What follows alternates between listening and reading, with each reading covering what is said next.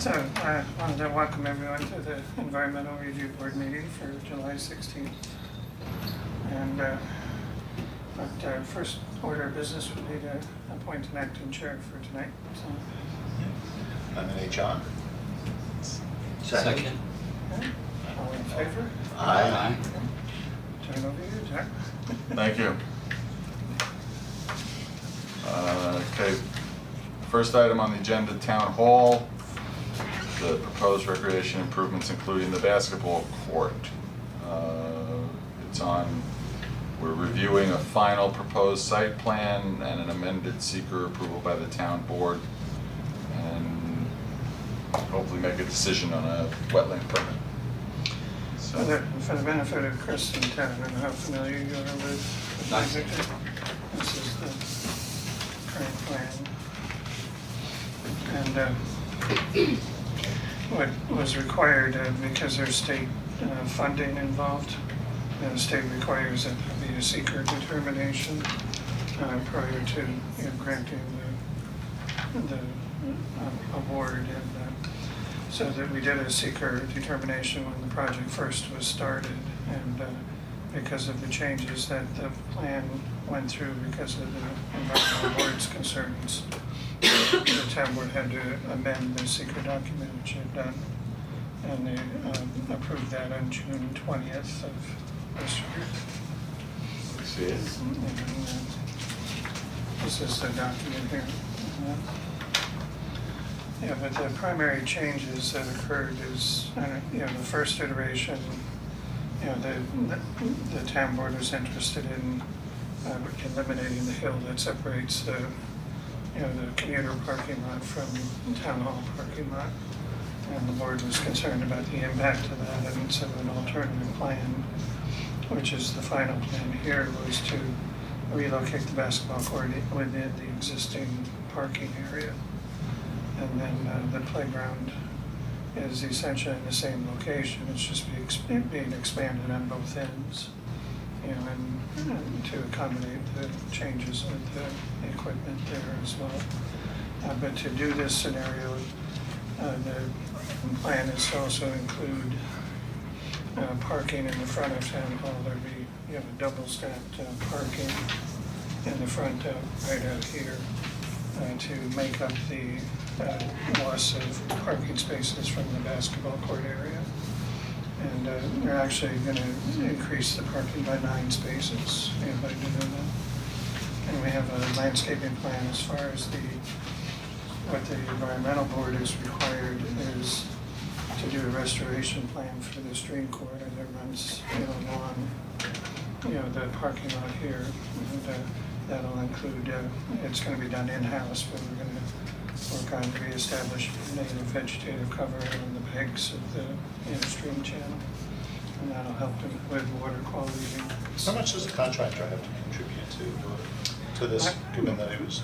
I'm not quite certain how much, but my understanding is that they will do a lot of the site work, in exchange for using the area as a station area.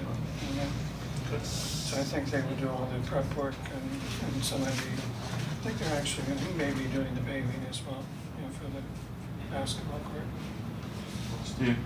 And a couple other things that we wanted to see was the hydrodynamic separator, which is to pick up drainage from the existing parking and the new, which treats a lot of the petrochemicals, and that'll be constructed, and then just some other minor drainage improvements associated with that.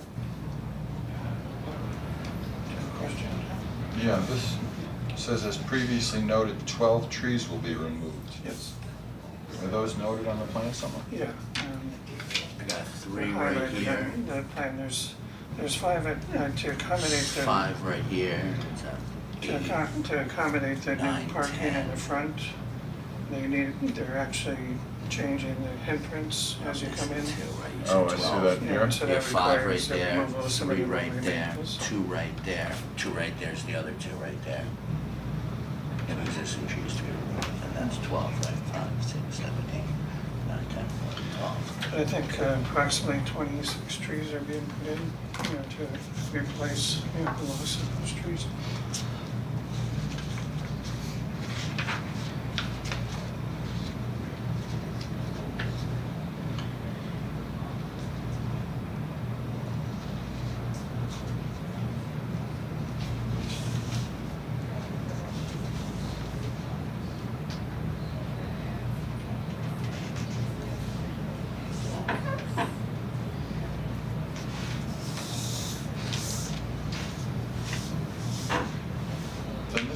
incorrect. Right? It says removal of approximately 12 trees located near the northwestern property line in the area of the proposed playground expansion and basketball court. I should say actually the northeast. And it's nowhere near the basketball court or the playground expansion. And it's actually, I should say northeast. That's a typo. Because the majority of the trees that are coming out are Right. the wide, you know, Right. I'll give you 2 near the basketball court. there's a couple there. That's it, though, definitely not the 12. I mean, there's 2 here, but I think it was meant to be more northeast. Yeah.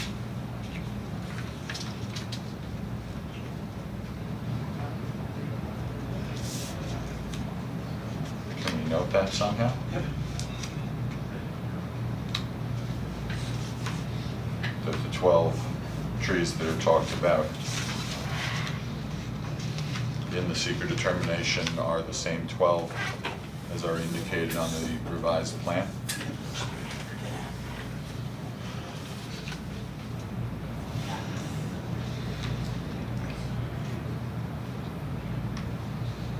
Yeah, see, because this, again, it says the 12 trees will be removed and will impact the natural screening that currently exists between the town hall parking lot and the town-owned Metro North commuter parking lot. There are changes that should have been made in this that weren't made. I can make a suggested correction, but We should. I didn't. We should, because see these the author. are, Sounds like the old. yeah, this is text that was from the old Yeah. authorization when they were talking about removing everything in here. Why don't we, I should just highlight that section. Well, I don't want to mark it, since this is an original or no? Yeah. No. And then what I can do is we put that as our conditions and then request that they, revise that language.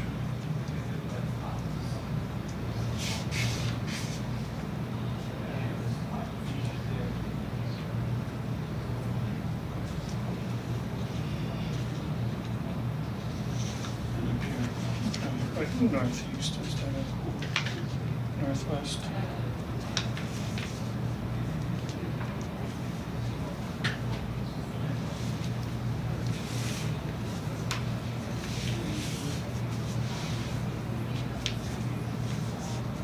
It's not really the area of the playground, yes.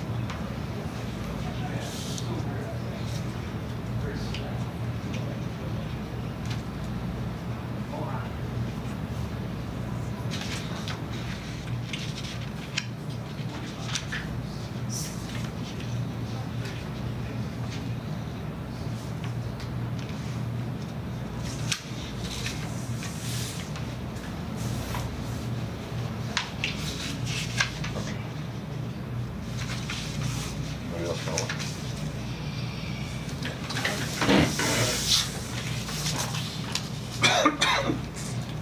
Any questions on the plan?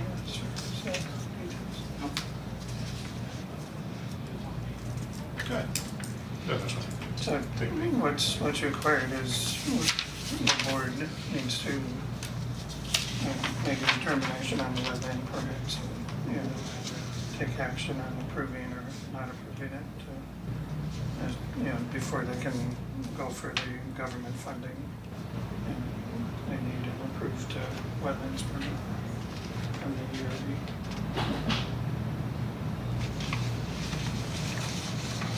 So we need a motion to. And need a motion to approve. Do we need to approve the secret determination also? No, that's strictly town board. We're not an involved agency?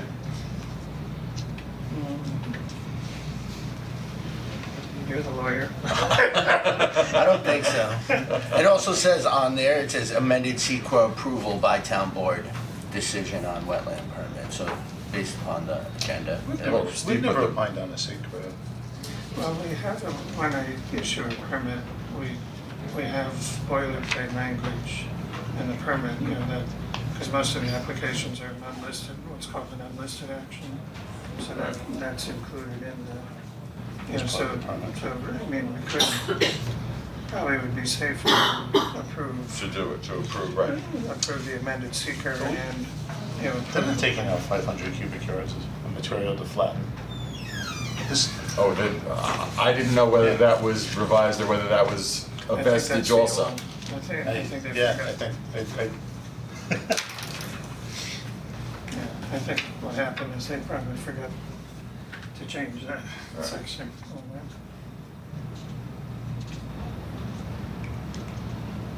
Because there's no fill coming out.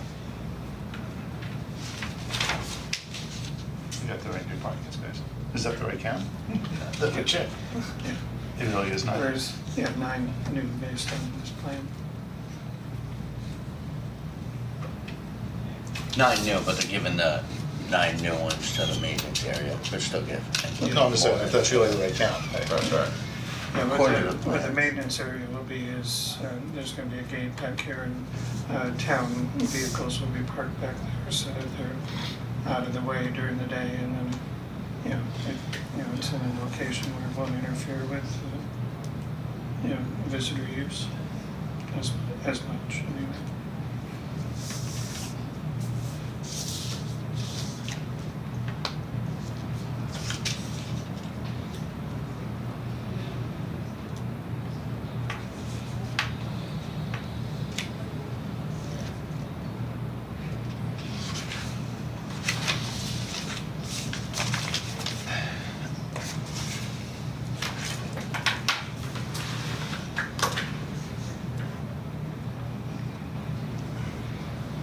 You okay with those changes?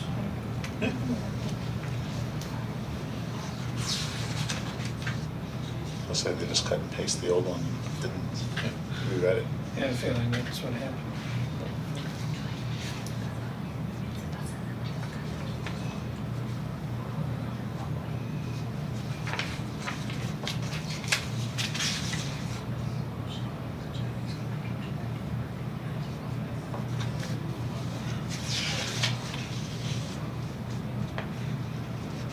Where's Chapman? It's, it's, Ridge. In the ridge? In the Ridge, if you know the Ridge, it's off of 170. Right. If you take a right at the top of the hill, go down and, is it Ridgefield? Or, no, Ridgefield. Ridgewood Terrace. Ridgewood Terrace. Okay. Take a left at Ridgewood and then you go all the way to the back. It's last street on the left. It's kind of a dead end type, street. But it's not a Bridgewood. Is it not Ridge? Salem It's off Road. Salem. Off of Salem Salem. Road. Salem Road. Off of Salem Road, one before Ridgewood. It's a loop. Yeah, it's okay.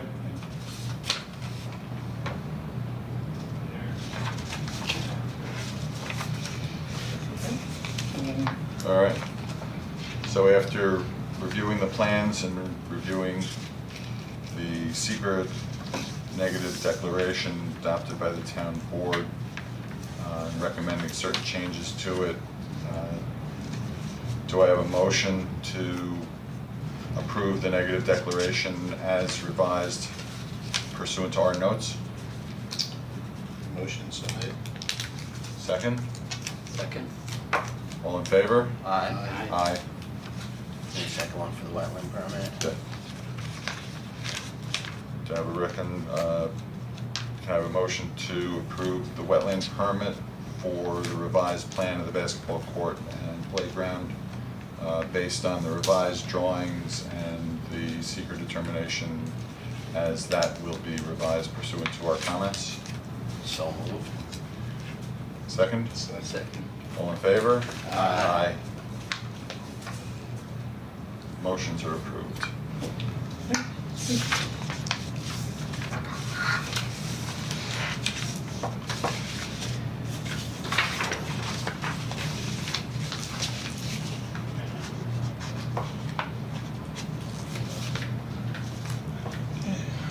the second item, John, is, which you guys have seen before, is the Pinaki application on Vales Lane. They're still in front of the planning board. The last time we reviewed it, the board was comfortable with you know, the recommended changes. They had an 80-foot setback from the wetlands, and we had recommended an access, you know, from Vales Lane directly to the cottage. The planning board still had issues with it, so they've gone back and done some additional revisions, and they're scheduled for the next meeting of the planning board. So I thought it was an opportune time to have them come back and, you know, share with you, you know, the changes, you know, that they're recommending based on, you know, ongoing discussions with the planning board. And got a plan here, and then Mr. and Mrs. Merrick are here to answer any Can we questions. join you? Come on up. Sure. Why don't you come up here? Very No, Mr. Merrick's. Again. You're familiar enough with it to Yeah. be able to explain it. Some of you, I guess, are familiar with us already. We again in front of you to ask you to look at the revised plans, especially the septic system, which is completely out of the buffer zone. I guess our recent appearance in front of the planning board raised some questions as to the septic system that was within the buffer zone next to the old cottage that we're trying to rebuild. And we were asked to move it to a new location, which is completely out of the buffer zone. I don't know if you're familiar with the location, but it's on Vales Lane, the intersection of Vales and Inningwood. And, Is this now a pump system then to get up there? or- Yeah, that's gonna be a problem. Yeah, so the existing septic is down here, which everything is in the, you know, regulated buffer down here. So the planning board was concerned about it, so they did some testing up here outside of the buffer, and were able to get a suitable septic here. So that's one of the biggest environmental impacts that is being mitigated. You know, so that's something new that, you know, they're doing on top of the previous plan. But Jerry Barrett put together the two different options for the planning board's consideration. That he's got, he calls the plan option A and option B. And the primary thing with option A is to keep both of them, the cottage stays in the same location, you know, 80 feet. And with this one, they're just under, is it 995 square feet? Yeah, So something like an accessory apartment is, you're allowed up to 1,000 square feet, you know, in the code, you know, so they're just under that. And the septic system has been pulled out, everything else is essentially the same. They've eliminated, you know, the planning board was concerned about the curb cut for some reason as well. And so option B is just a smaller cottage, but it's still keeping the septic outside of the, you know, the buffer area. And it has doing a grass-creek, you know, type entrance over here so that they have closer access to the, you know, cottage. And those are the primary, you know, differences between the two. Why is the second cottage smaller? Just to give the planning board was concerned about the size of the cottage, even though they're. How big is permitted the to go up second? to How big is 1,000. I was gonna say, Second one is 800. 835 feet. if they're under, if it's already under 1,000, why were they concerned? They felt because it was they felt Wait, so because were it they, was in it the was, buffer how big area. was it? Originally, I think it's around under 500, 490 something, since we were. What does it say, 465, Something like that. 495 square feet, yeah. But just to give you an example, I mean, that's what the cottage, you know, is designed to look like. You know, but my understanding is the planning board was concerned about just because it was in the buffer. You know, they asked, you know, Mr. Agnaki to go back and see if they could reduce the size of the footprint. Even though the code says you're permitted up to 1,000, I It don't. went from 1,000 to 835. 835. 997 to 835? Is that Yeah, a- Is that an appreciable appreciable difference in difference? terms Yeah. of, Why, in terms what's- of impact? why the reduction? Well, I think We reduced, there was originally we had a plan for a screen porch, so we reduced that. There were some concerns that originally we shown 2 lofts above the, it's still 1.5 floors. And they were concerned that these rooms could be turned into bedrooms. And we showing now 1 loft and no screen porch. But why do they care if you have an extra bedroom if you're taking all your septic Out of the buffer. This is the first I've seen of the septic. Well, I wish I could answer some of these questions, but But, I mean, the planning board hasn't seen this plan yet. I mean, they just received, it's, you know, it's. Oh, so that exercise and that discussion was separate from this? Yeah, they had concerns about the septic, but, and, you know. So were they saying that with the smaller footprint, the septic in the buffer would cause less of an impact? No, they were just concerned that the septic was in the buffer. No, but so there was no linkage? Not that I recall. So Because that would make sense. It's just they weren't comfortable approving essentially any footprint change with the existing septic. we had the driveway on the other side as well of the cottage. So it was quite substantial, and they did not like that. So that's why we're trying to propose the grass street versus the gravel driveway or something, so And to overcome the concerns with the septic, they They tested moved it. up here and Right. they found that Okay. they had suitable, so. yeah, it's plenty of. You know, so that is a real big, to me, that's Oh, so these are being proposed as two alternatives, two right? alternatives for the plan. Well, that's a bigger thing than the Yeah, square this is more footage. important than the I square mean, Right, if, much more, why right. can't- Move the septic, take the bigger cottage. Right, Exactly. exactly. If he moves the septic, you should that would get be the my bigger- offer. Move the septic, yeah, of course, get the bigger cottage, Yeah, yeah. you should get an extra 100 square feet if you move the septic That's the plan. That's the- Yeah, so what, in the wrong. what I think would be helpful, you know, is I'll be at the meeting and I can, you know, discuss that the board reviewed it. And Right. we can do a memo, but I would recommend that we support option A. I would, You know, is that Yeah, no, by relocating the septic and keeping the cottage at the As long as, 900. I mean, At the are 900. both driveways in play? Yes. One is a Well, walkway. this one is Yeah, we this can. one is a longer one to the. This wouldn't be, that would be just a path from the existing, Grass you know, path, yeah. it's not an actual driveway. This one is a driveway that goes through the property.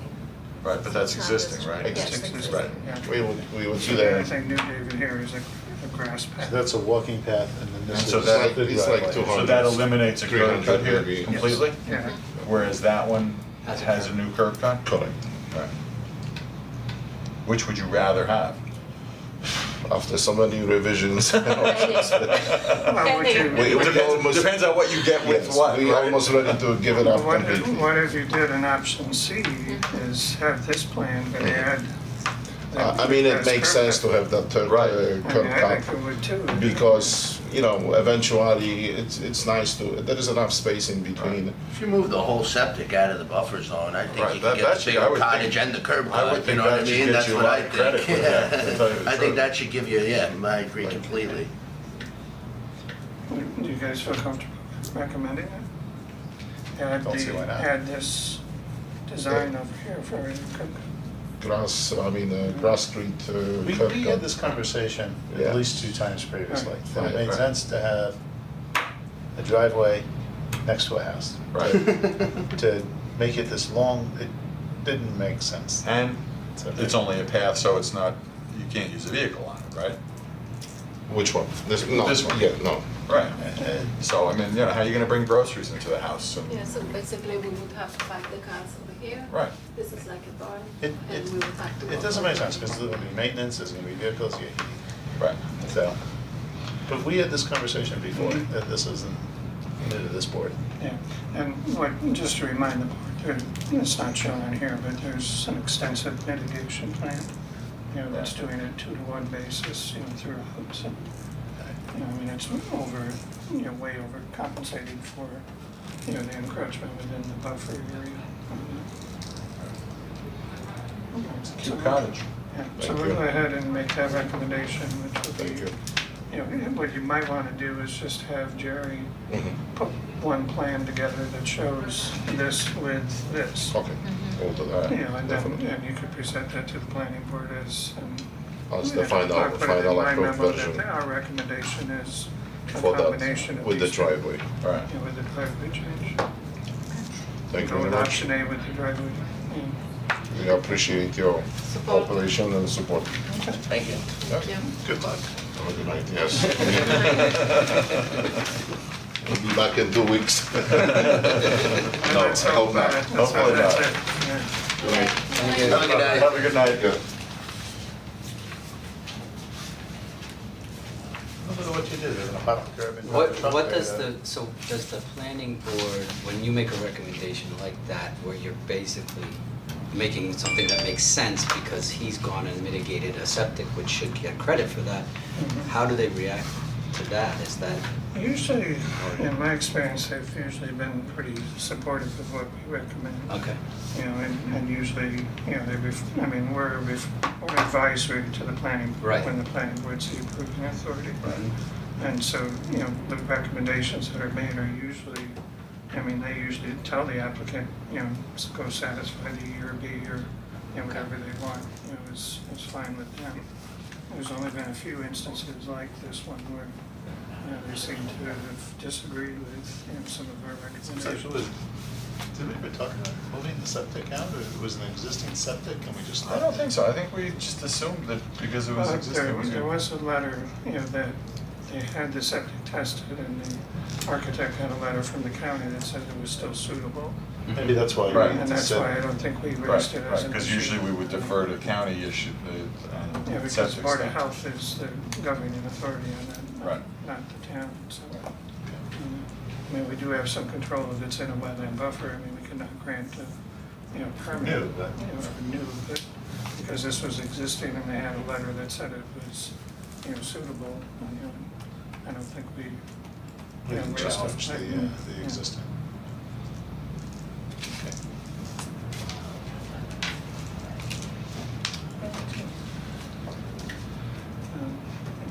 Let's see, the architect is supposed to be here for this was the Davison application at 11 Salem Road. The architect was here last month. Mm-hmm. Mhm. We asked her to go back and do some revisions. mm-hmm. So she's done that, and let's see if she's here.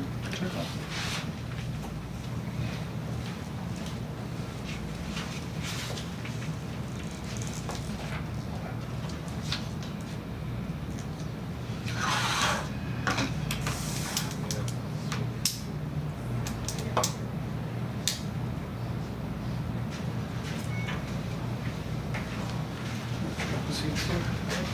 Hello. How are you? How you doing, guys? How are How you doing?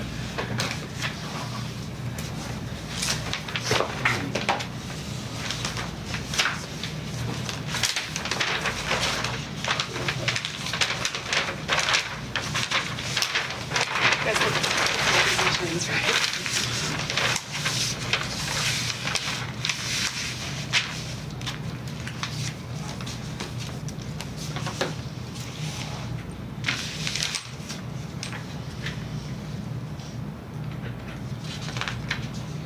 Okay, whenever you're ready, you want to kind of go over what Yeah, what we talked you are about. and what you're doing. So we were here last month, and we proposed a single, like an oversized, single car garage and,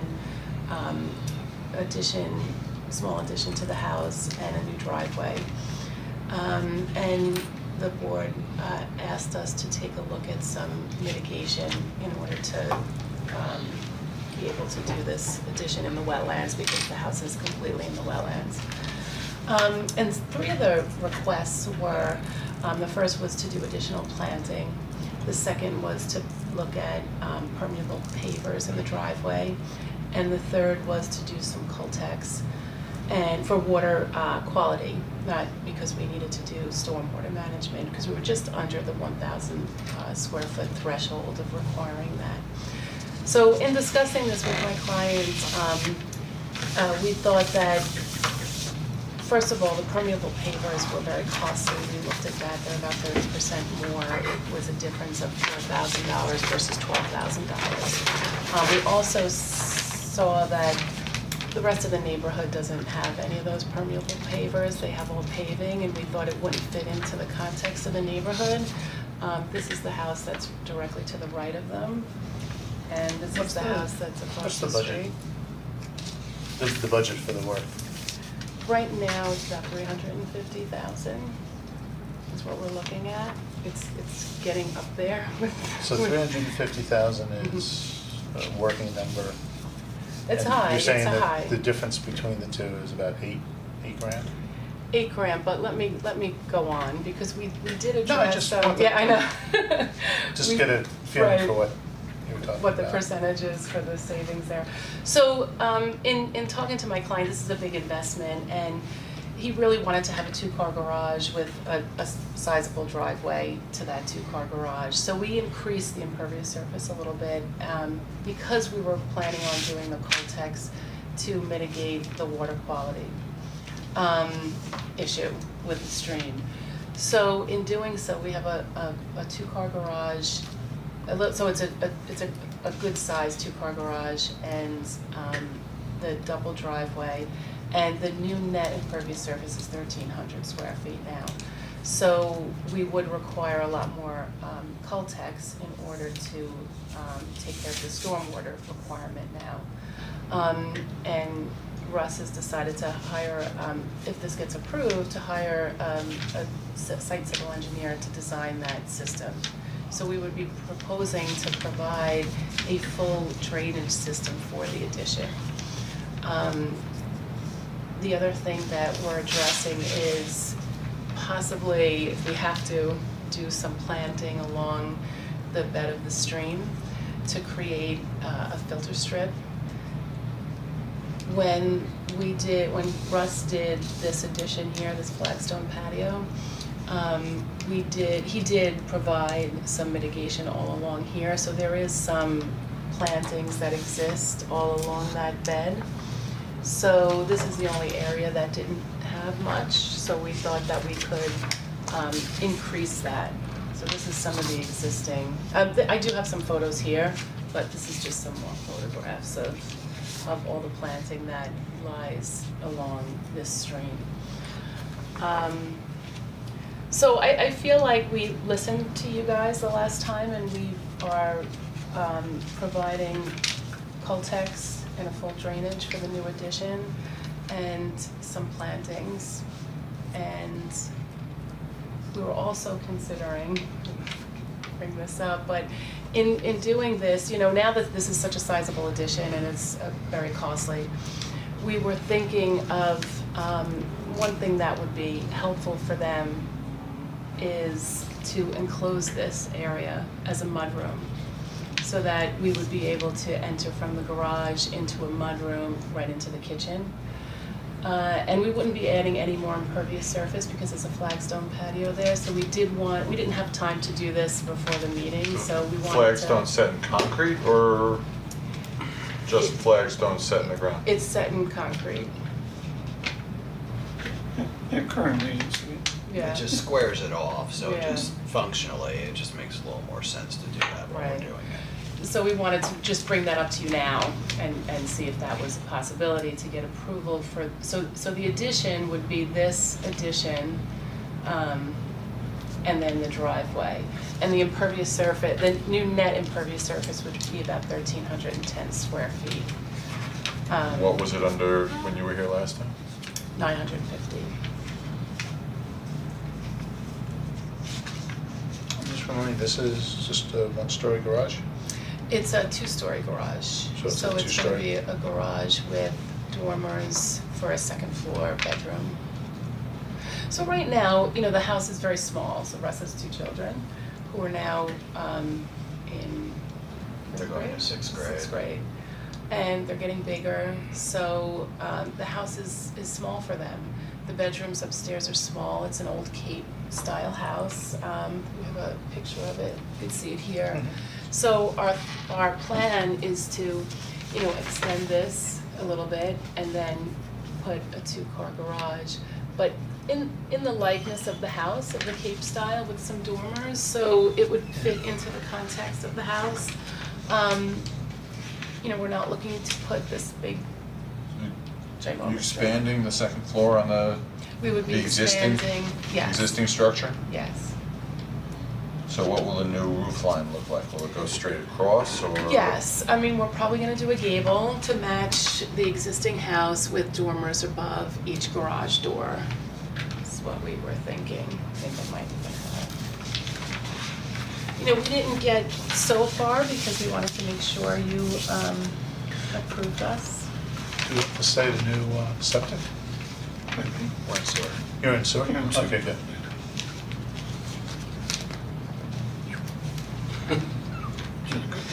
Yeah. Agreed. Yeah, that'd be a tough job. Yeah. Goodbye. No. Yeah. Um, I don't think I have any pictures of that. is there there's a crawl space under the garage to do the second floor? Under the garage. Well, will there be, what sort of foundation do you need for the second floor? So the second floor, we're Above gonna the do. garage. Above the garage, Yeah. right. Does it So- just on slab, or is it? So the first floor would be on slab, so it'd be slab on grade, and then the second floor would be just wood I-beams, Okay. like wood So you- joists. You don't or- need any crawl space or anything under there? No, not for the garage. Okay. Yeah. Right, cause so it's no basement, we're not doing a basement. And that will support the second floor? Yes, the walls will. Slab And one? then- The slab yeah. will? Oh, those, Well, sure there'll be the footings walls. and. Footings, yeah. The Footings, there'll be a footings, footing. right. So whenever we do a slab on grade, we do footings, Okay. and then we build a foundation wall. So the first floor would be the slab, the second floor would have the walls that would come up, and then we would put the joists that run across. So Right. the joists would be supported on the foundation, yeah. And again, it would be very contextual, like it wouldn't be a full second floor. It would be roomy, and we have to play with the heights, but it would be, it will be full second floor, don't get nervous. Don't scare me. Right. But we wanna do some peaks and some dormers, so there will be some low areas up top, just to keep it, charming as it is now. But, yeah, we'll get you the space you need. Cause it, I mean, it's really, this is not a project where, he definitely needs more space. The kitchen is very small, the first floor is very small. In doing this, What's the it's current going- square footage? Current square footage is, let me tell you, of the main house is 1,034 square feet with 44 square feet of like a front portico that they have now. And the footprint of the garage is 714 square feet, so we'd be adding 714 up top with like the corners maybe a little sloped. So maybe 600 square feet up top for the bedroom.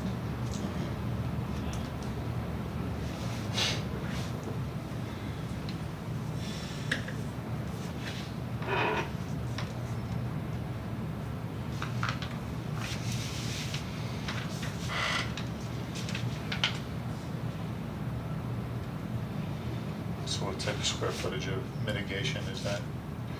And is that what is being proposed in this area? Usually the board wants 1 for 1, so Right. we use square footage. Right, so usually it's Change 1 it for for 1. We're gonna pull back, the grass is grass currently now there, we're gonna pull back 5 feet and provide about 150 square feet of planting. I know that we're adding, the 714 square feet here, but we are providing, full management of all of this square footage. So, and is not. Usually that's separate though. I know, but there is a tremendous amount of planting all along here, so that's a sizable distance to That was add done under a for. different application though, right? Right. It was, but it's there, Is so there it's just additional natural. areas that could Yeah. do more mitigation? Well, they could extend it out Right here. further, instead of 5 feet, they could come out, 7 or 8 feet or 10 feet. I mean, with filter strips along stream corridors, the, recommended width is usually 10 to 15 feet, to And what is it- maximize, And what is it here? What they're proposing is 5 feet, But what is it along the areas where they already? It's probably about the same, around 5 feet, it seems to be, pretty consistent with the way the property slopes a little bit underneath. They got vegetation to the edge before it drops off. So if there's vegetation there now, adding more, I mean, it's there, right? So, I mean, No, this that's is, what adding more. this is our mitigation expert. okay, so what's Yeah, adding actually, more? Eliminating lawn makes a big improvement in terms of. Really? So adding another layer nutrient of. containment, yes. because it's a whole different runoff curve and, Right. you know, it actually provides, you know, native grasses and a mix provide much more effective filtration. I mean, it's hard to say what it looks like, it's just the bank itself. Yeah, yeah. That- That's why that I think you probably do have the flexibility to give up a little bit more lawn, you know, to meet that. you know, So you're proposing, to be specific, you're proposing you take that right here and extend this all the way over? Well, either extend it This slopes, way. by the way, all the way down, so like there's like Yeah. almost no Yeah. walking room over here, because there's a slope Yeah, that goes so- down. Well, the idea is what, if it's 1-to-1, It's 1-to-1, so you we're would looking get for, 700 square feet, so, yeah. plus if this comes into play, right, so. So that would be the area where you think would be appropriate to locate it. So about 700 square feet of plantings. Whatever the 1-to-1 is. Right. Is it 1-to-1 of all the new net impervious surface? Or is it Usually, just for the usually we building? look at what the footprint changes, you know, I mean, if you're working on, you know, existing impervious, you know, that usually you're getting credit for. Right, Mhm. so it's the Well, the net. rub is, if you don't go to impervious, that's now also Yeah, becoming. so that, I mean, Right. because you're. So That would be That's less, addressed. so that would, Right. that would limit the amount of mitigation Right, if it didn't form new Right. impervious surface. right. So we're talking doing all the Coltex and then another 700 square feet of plantings? Whatever the 1-to-1 is, yeah. What is the 1-to-1? I'm asking because I want to I be don't- specific. Tell us. So the new net impervious surface is about 1,300 square feet. So a new 1,300 square feet of planting. Right, and I think what you're saying is if you did the permeable driveway, then that comes out of the calculation because that's You would covered. reduce And then- the amount of new and then you do- impervious. And then you do less Coltex because now you're not, you know, that's reducing permeable. further. Right, so I guess it's a trade-off in costs of, I mean, there's the aesthetic I'm of it. receptive to that point. The whole development doesn't have the pavers. Yeah.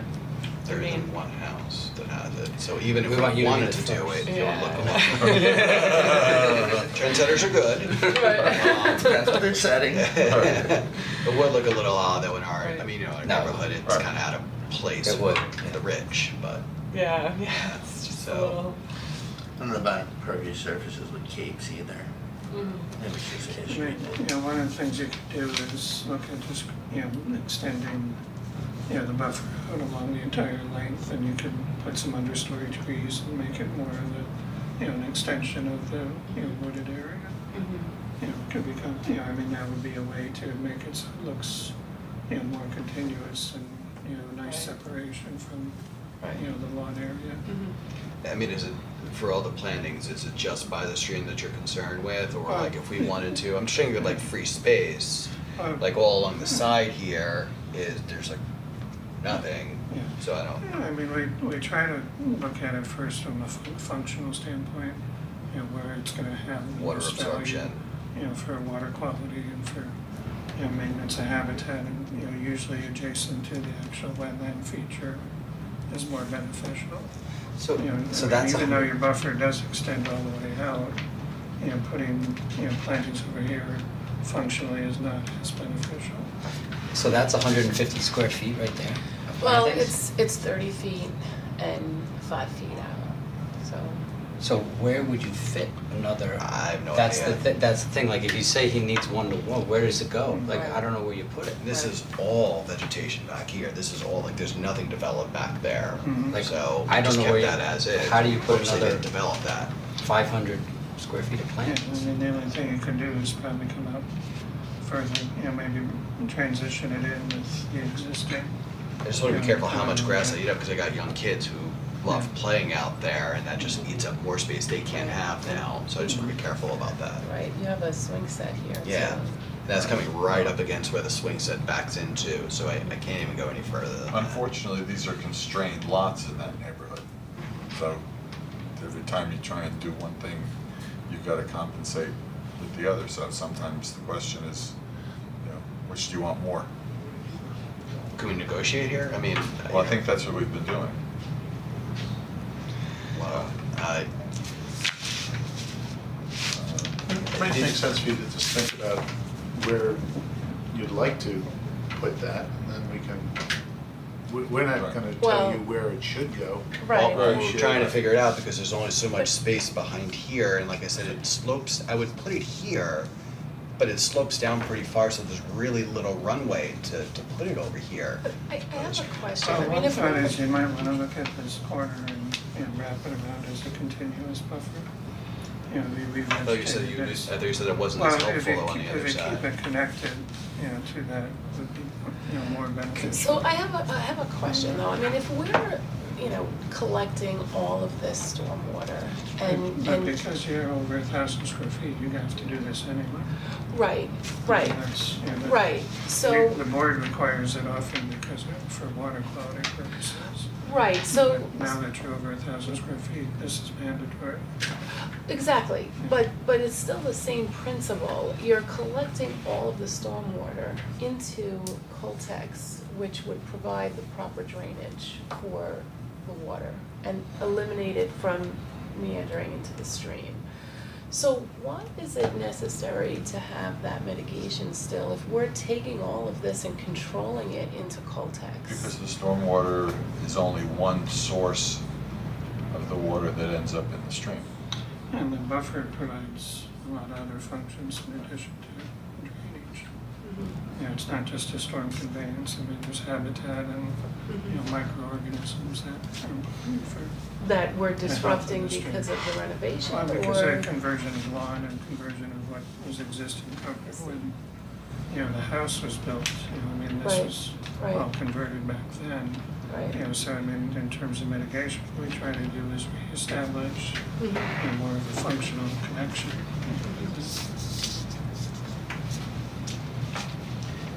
And that's the code requirement to meet that other people are asked to do. Mhm. And therefore, we would ask you to do the same. Right, for the stormwater and for the mitigation. And for the mi- Right, for the and for mitigation. the mitigation. The stormwater Understood. is no requirement. Right, Not right. even open for discussion. Yes. But the mitigation is still a requirement. Right. That still needs to be met. Mhm. Where it goes and how it goes is something that you can, Mhm. you know, review and decide and propose. So we're talking about whatever the engineer recommends for the Coltex system Yeah, is one. that's driven by the stormwater plan. Right, I'm just trying to, but there's that, plus Mm. 1,300 square feet of plantings somewhere on the property, preferably as close to the stream as possible. And there's no leeway on that, that's hard and fast. Well, it's part of our code, you know, the mitigation. I'm just trying to be clear Right. on like where, Yeah. what's negotiable and what's not. Until you put something on a piece of paper of what you propose and would like to see and where you'd like to do it, it's kind of hard to say whether it's. Well, let's just see what we can take care of now while we're here, so we mean- get approval before we walk out. That if we put 1,300 square feet, I'll figure it out somewhere along here. Does that mean, Steve, what you were, Yeah, I mean, that's usually what we try to do is create a functional connection with the existing vegetation, the existing stream corridor. I mean, one of the things you could look at too is there may be ways to, you know, I mean, it's pretty dense canopy in some areas, but you may be able to add some plantings. So, you know, on the other side of the brook? On the other side of the brook, and here there may be openings where you could do, you know, a few shrubs or a tree, you know, understory trees that could Okay. be ground cover. You know, so I would look at this whole area to see what you could do to, you know, come up with a plan that, you know, tries to address, you know, the Right. primary functions that are there. so I guess what we're looking for is, you know, so before Russ invests in the architectural part of this project and the site civil engineering part of this project, we wanted to know if we could get approval based on what the engineer would design, right? And I would have the engineer come in and design the stormwater management system and help us with some of the planting and where that should be and where the best location of it is, rather than me, who's the architect doing the building, Yeah, right? I would recommend you bring in a landscape architect. Engineers don't usually do Don't do mitigation, that. and they're not very good at it. Okay.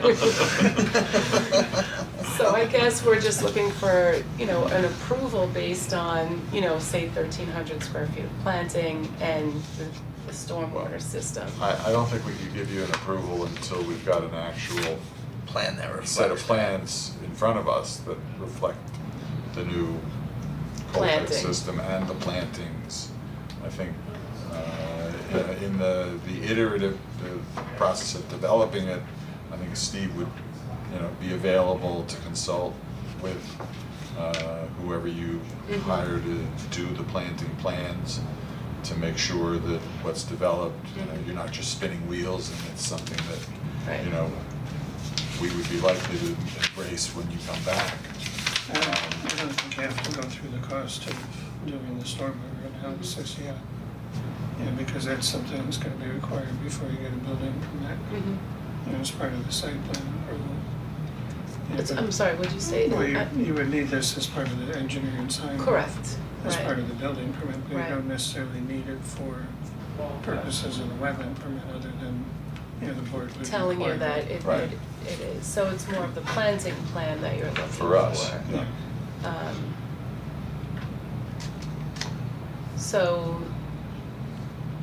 So it's just adding 1,300 square feet of plants and figuring out where they go and which plants, I guess.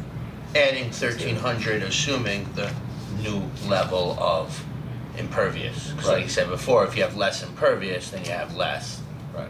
thing. But I mean, if you Right. decided, for instance, to keep the two-car garage but narrow the driveway somewhat, that would remove, that would decrease your Right, impervious understood. area also. Understood.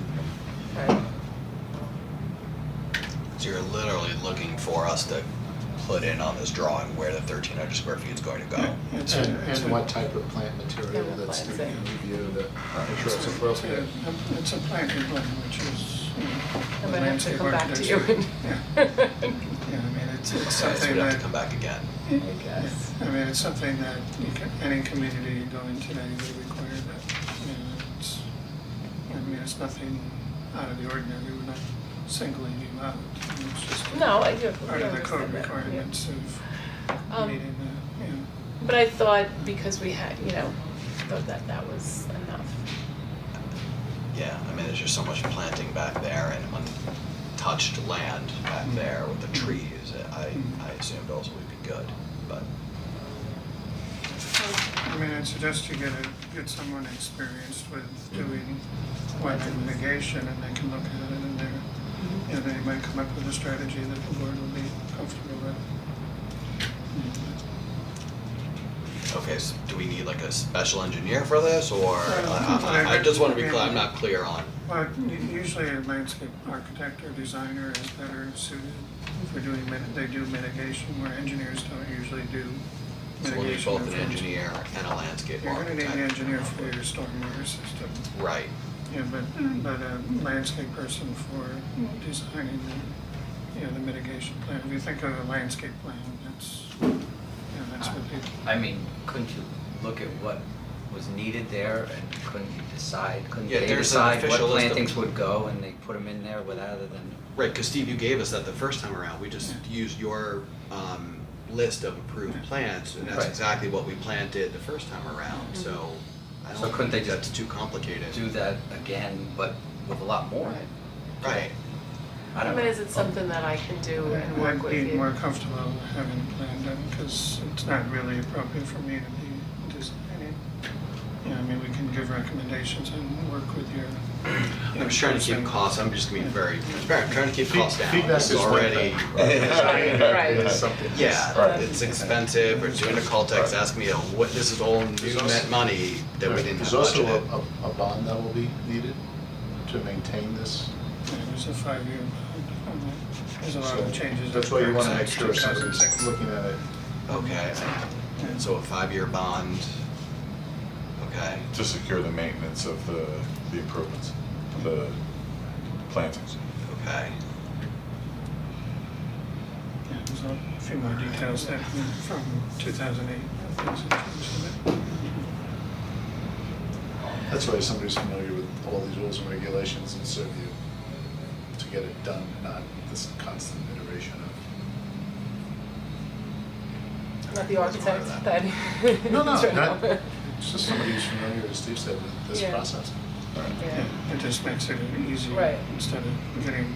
Well, I thought, I mean, right. you're welcome to use whoever you want, but Right. in our experience, if you get someone that's Mhm. done it before and is familiar with their code and requirements, Right. it just saves you time and effort. I just thought from our last meeting, that if we address those three items that you discussed, it would be okay. You know, I've advised Russ to have an engineer look at the stormwater, obviously, because I don't design that. But the plantings, I thought, you know, they're plantings, so I'm not a landscape architect, right? But, you know, it's just, I don't know. I don't know. I didn't realize that, I wish you would have said that last meeting, because then I would have advised him to get somebody to do that. I thought that if I So met with what, Steve. the code requires the mitigation ratio, which you didn't show. Well, So, I so didn't no, because. so that's what the Mhm. code says. Mhm. You didn't show it, so I'm not sure what the takeaway was from the last meeting. The but- takeaway from the last meeting was that, yes, it was one-to-one, there were three things. There was the Coltex, the one-to-one, and the permeable pavers as recommendations. And I did Not meet with recommendation, Steve. that's requirements. The one-to-one is a requirement, Oh, not did a you- recommendation. I took his, no, I took his recommendation. Well, I mean, that's clearly right in the code. Right, There's, okay. unfortunately, there's no wiggle room on that. Right. So, but I thought, I'm sorry, Steve, maybe I misunderstood. When we met, I Well, I thought think that. you were counting the stormwater as. I thought, you know, But then you changed it to be over 1,000 we went a little bit square feet. more because we thought if we were going to put the expense in to do the stormwater, to do the Coltex for the water quality, you know, you might as well get the garage size that you wanted and do the stormwater management at that point, right? Does That's that your make choice, sense? yeah. Yeah, no, I understand that's my client's choice, right? Exactly. But I thought that this was addressing those three items successfully, obviously. If we didn't go outside the footprint, would we have to do any of this? And we were just building up? I'm asking because our next door neighbors did a monstrous addition to their house and didn't have to do any of this. So this is all like, I'm just surprised. That's why we didn't have this configured in when we came in here the first time. So I don't understand. Did they not change the footprint? Well, they built the front part of the house, the deck wasn't there before. They had to build a deck in the front of their house. I don't know the details. About 1,000 square feet. I mean, generally, if you stay within the same footprint and you go up, it's much easier. Yeah, because there's not the Because of impact, the so impervious we wouldn't space. require. Right. You're not creating any new Right, impervious so space. for us, I in that mean, you circumstance. can't create, and if you go up and you create additional bedrooms, you are gonna have to augment your septic, but that doesn't impact us necessarily. Sewer. Right, yeah, that's Yeah, I right. mean, it's But- certainly a lot You easier to can- go. It's a lot easier within to the go same up. footprint. Right. It's always easier to go up. Yeah. Right, Yeah. zoning and Yeah, permit wise I mean, anyway. typically with situations like that, we may still require administrative wetland permit, but a lot of the mitigation is not required. But unfortunately, in his case, there's just no place to go up, Right. right? So he's got a second floor that has two halfway decent sized bedrooms and one very 20 big years ago, I bedroom. was in exactly his situation. Right. What did you do? He doesn't wanna hear what I did. We moved. Right, Yeah.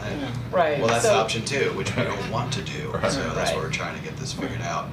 So it's the Coltex by what the design, what the engineer recommends, Mhm. and then it's the 1,300 square feet of plantings, Whatever preferably your along the total- brook or as close to the whatever- brook. Whatever your total footprint. It's better to look at it as a one-to-one than that number. But 1,300, I think, is the number. That's enough. Yeah. Well, if Yeah. you, But, if you keep the rest of it the way it's designed now, yes. so the impermeable surface.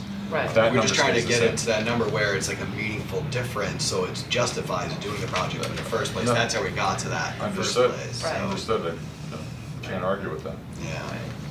You know, originally it was designed to be under the threshold so that you could avoid that and keep the budget down. But, So, I mean, if you have somebody, I'm more than happy to meet with them. Help Right. give them recommendations based on what the board likes to see.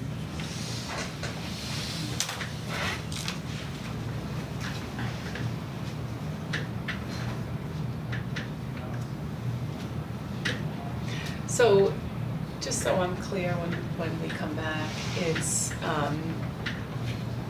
really a planting plan of, It's referred to as a wetland buffer mitigation.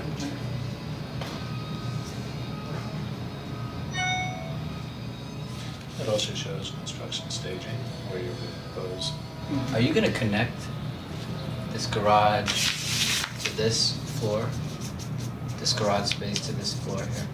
Yeah, they just, I Yeah. think they just said that's what they would want. Possibly That's would. what they want to do But here. in the second floor, you're gonna connect it.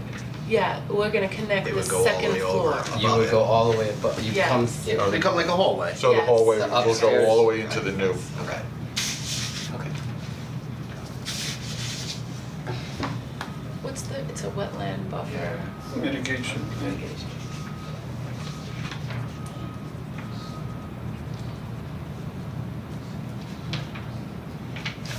Just point of reference to is that we require native species. These are not Well, I native species. think we're gonna get a landscape architect. Yeah. What It's about all- I just would have done it the last time for him. what if you did a one-car garage and just did half of it? I don't know. Well, we had an One car. oversized one car, right? An Which oversized is one what- car with the second floor that's connected to So the that was the main. original. That was our original plan. proposal. That's Yeah. how we started the project. And then just in seeing what the costs were, I don't think you wanted to make that investment if you weren't going to get a sizable garage. That, you don't wanna be in the same position you are now, 5 years from now, after investing $250,000, right? So Snows we on the thought- wife's car too, and your car. Yeah. Well, we have 2 kids that are 11, Yeah, so like, it's gonna there's gonna snow be on 4 their cars cars, too. at some Yeah. point, I was gonna say, we need a bigger We garage. need a bigger Yeah. garage, otherwise it's just not worth it, so. So now that we're doing the Coltex, the stormwater, we gave him the sizable garage and Gets more complicated. Make the kids share it's a little one more car. complicated, yeah. They may have to. There's still 3 cars, but yeah. Does that kick in for sprinklers? We're probably right at the threshold for sprinklers. We're about, we were at 28%, and then when we increased it, we're at about 32%. So, yeah. I'm betting when you win that one, I got caught on that one too. Yeah, so, but we are, we're under the 50%, Fire so we, sprinkler. yeah, so we don't, Residential structure. New construction, all, yeah. When you go over. When you go over 7%, you have to do the existing house too. Yeah. That's a right. Is that new? Nope. No. It's It been was in around place for at a least while. 15 years because I got caught in that. What happened? I kept it small enough so I just sprinkled the addition and not the existing house. I don't think I've ever seen a house in town that's got sprinklers. All of yeah. Random Farms is sprinkled, Yeah. or, except for 3 houses. It's hard when you go into the existing Really? house. It's Well, Not the schoolhouse, not the Maybe it's original over- house, and not it's that other over one, way. but That's every over other house in 50%. there is sprinkled. Yeah, we were at the edge and I put a second stairwell to help mitigate. I grew up in there, just that's how I knew our over- house had sprinklers in it, yeah. And then I put in Friends' second houses had stairwell and sprinklers, that neighbor's helped. house had sprinklers, just the original in the schoolhouse had no sprinklers, that one other one. Yeah, so, Alright. alright. So I guess we'll come back next month. And then whoever we get to help us with this will. So I thought we would be done today.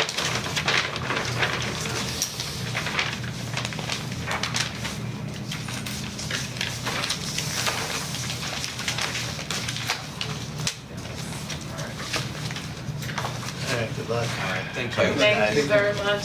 Thanks. Have a good night. Yeah, you too.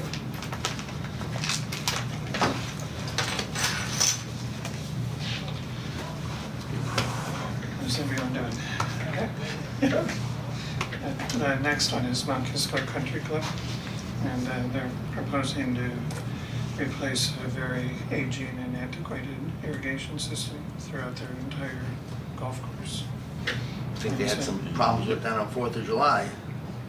They had a lot of flooding. Yeah, so they think they canceled their fireworks or something. Well, No, that had nothing to do with the irrigation system. Or flooding was the cause, I heard. So, What Right, happened right. is flooding from the course went across the road into their pool. Well, they closed the pools for 2 days. And This happens every I year. didn't hear about that. Yeah, I didn't it's know. about, yeah. Happens every You know, the fireworks were just postponed because of the rain. Only reason I knew this is we made a reservation to see them eating at Kittle House, and then they called us and said, "Oh, well, you should know that there's no fireworks." I Right. said, "Thanks for calling us and letting us know."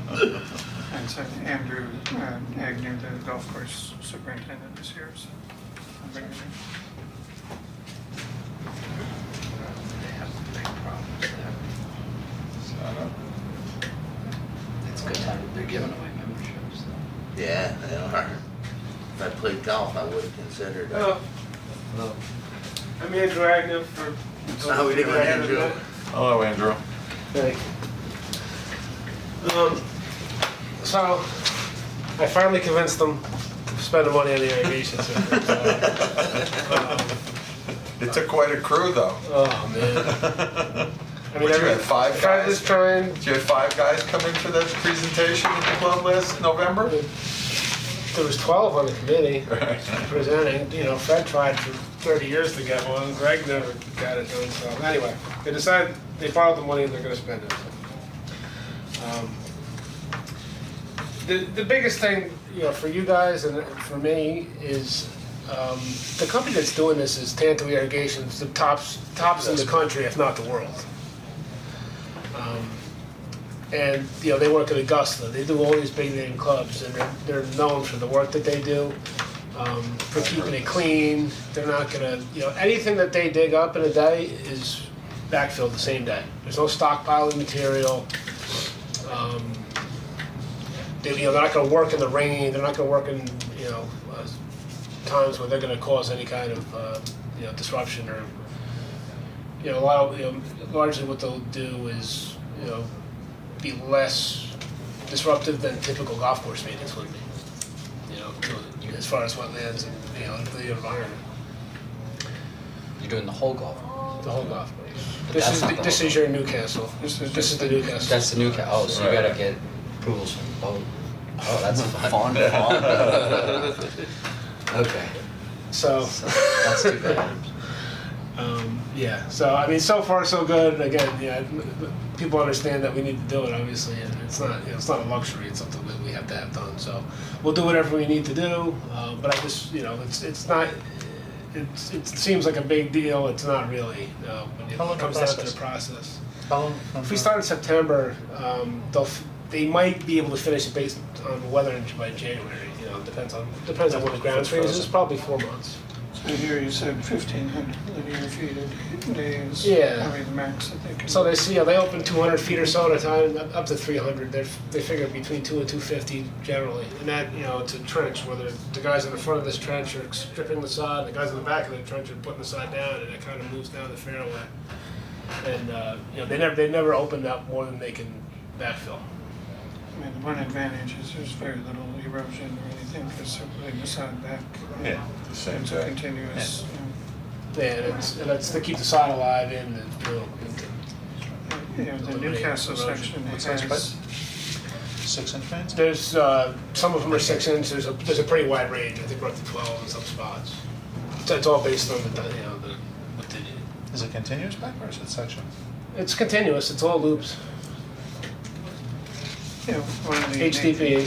one of the unique things we have in Newcastle is we've got the tunnel, you know, that goes underneath Yeah. on 17, so you're gonna be putting it just underneath. Yeah, and the DOT actually, we're gonna be strapping it to the top of the tunnel, or the corner of it. So, since we're not gonna be digging up within the once in the DOT area, like I said, they're okay with that too.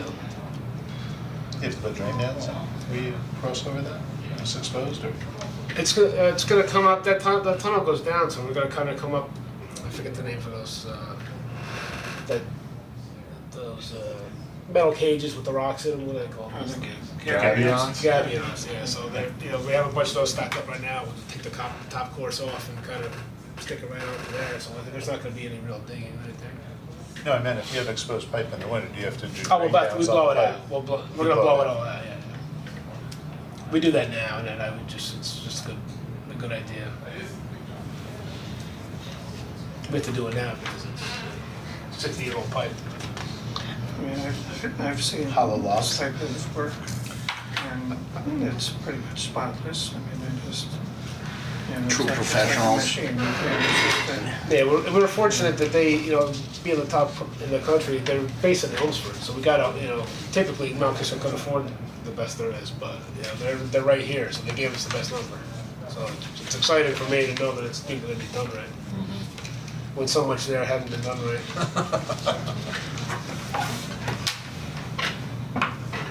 So I asked Andrew to come in to see if you had any, if you wanted to do any site visits, or you felt comfortable with it. I mean, it's basically in-kind replacement, with their biggest hurdle is probably getting through. When things get old, they gotta be replaced. Yeah.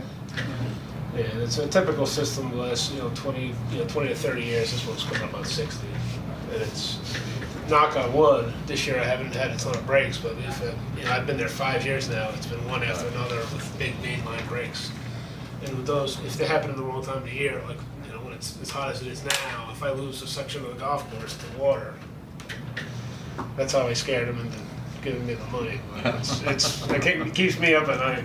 Until this is in, I worry about it because it could go anywhere at any time. Stupid question. Where do they pull the water? Do they pull municipal water? But we have a surface pond. It's in Mount Kisco. Okay. That was dredged before I got there. They went through the process with the DEC and the village of Mount Kisco. So it's like a pond water. Pond water, yeah. We're the lowest spot in town, so The it's, pond behind you, 3? yeah. So that's one nice thing about being the lowest spot in Right. town is that stream never really runs out. So we've never run out of water there. So You have a pond in Newcastle, so you do. yeah, that 10th pond. That's That's for one sure. better. Yeah. 'Cause We did a permit on that. I think that was before I got here. I think Right. that used to be just a stream and they widened it, or was it a pond and they It was formalized a it? pond.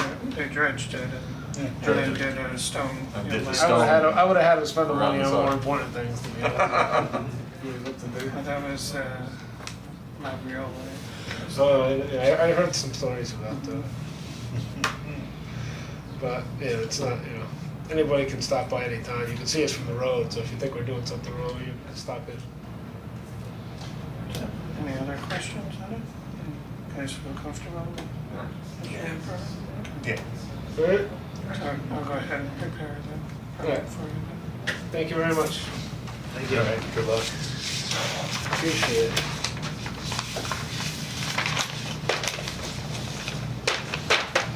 They have trouble with, they have trouble with number 2? Do they have a deal They've been now? trying to encourage Yeah. more. It's ridiculous. They just dropped the initiation this year to 10 grand. Yeah. When they used to be 25. Well, it was 25 until this year, and when I joined 4 years ago, it was 40. Oh, Right. So, Oh, you remember that? yeah. Yeah. I mean, I had some friends go there because it was such a good deal. Now, it just made sense. if I play golf in it, yeah, for sure. And after the new irrigation, I mean, the course is, Andrew does an amazing job. The course is beautiful, it's just kept in great shape. After the new irrigation system goes in, it's gonna be a jewel. Did you have to, being a member, would you recuse yourself from that? Sorry, what I was gonna say. No, I Before just- we move on to the next item, the vote was unanimous, so I don't know that technically or feasibly, practically it's necessary, but the record should reflect that I didn't take a part Okay, just- in the decision.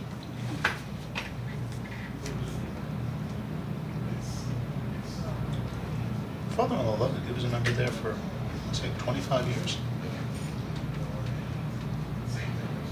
Loved the place. The next application, if you recall, it's 23 Chatham Road, and the architect didn't show at the last Right. meeting.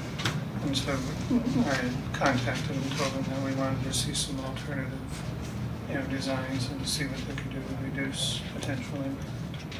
So they're here, and I think he brought the homeowners with him, I think. So.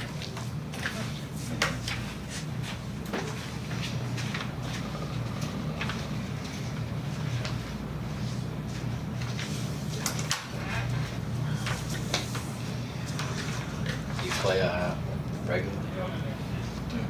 Much as I can. Not as much as I thought I would. Yeah.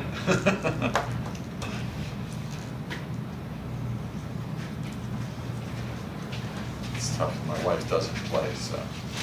Yeah. Chairs here. Hello. Hi. Joe.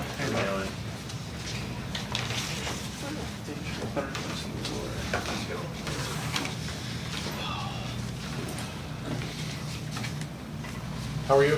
Good. Good. How are you? Good. I'm Dan Cantelmo. I'm the architect, and this is Nick and Blair Agostinelli. How are you? Good, how are you? See you. So I guess this was put in front of you maybe 2 months ago. Right? 1 month. 1 month? Yeah. And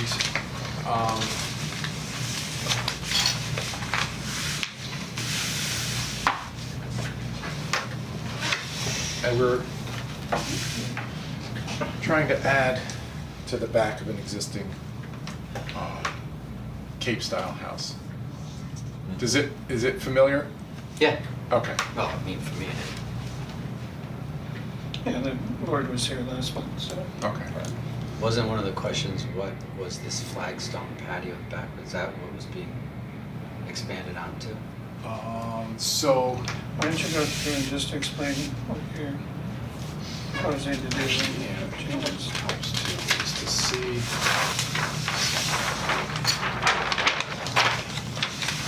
This as well. Obviously, you can look at take any page that helps, but the flagstone patio is right in here. We're going to cover it with a screen porch. The reason why they wanted to build in the first place is because the house is so shallow. This is the back wall now, so this is what would have been added. And their kitchen is very small in here, so we're going to add it, turn it the other way, and turn this into a family room. So I think it's easier to see it as a real floor plan rather than just a gray box on the back of a house, because without that, it remains a pretty small house. Their family has actually grown practically since the last time that, since it was presented. They have a newborn as well, so they're a family of 4 already. So what you're proposing as new footprint is this area, The corner for the deck? This area here is yeah, new? it's not all new. The flagstone is within the light gray, so it's not a new Flagstone footprint. on stone base, flagstone on. Oh, it's on concrete. It's on a concrete Yeah, slab? it is now. It's on a Yeah. concrete slab? Yeah. Yeah. So we're looking to, again, build this as an addition, and this is the flagstone. But it would have, again, just be closed in as a screen porch.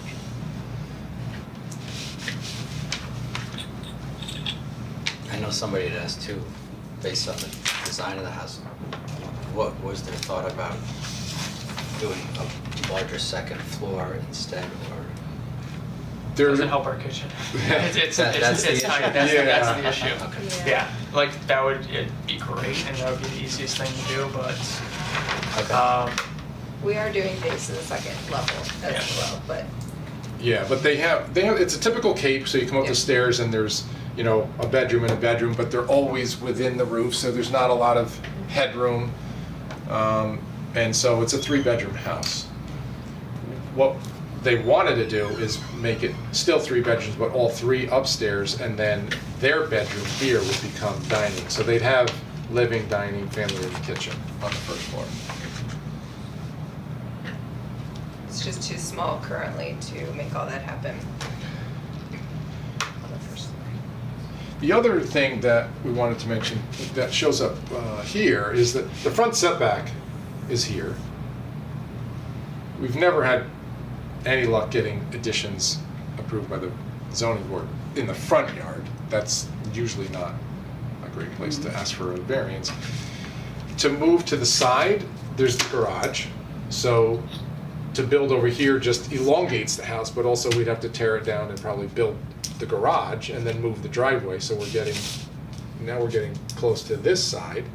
Probably wouldn't make it because if you put a garage here.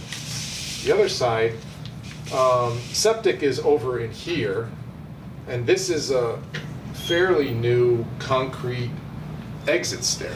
For the previous owners had gotten the basement approved for living space, with that being their means of egress. So what you're looking at is a 12 by 20? What's the proposed addition? It shows 12-foot width. I can tell you exactly what it is.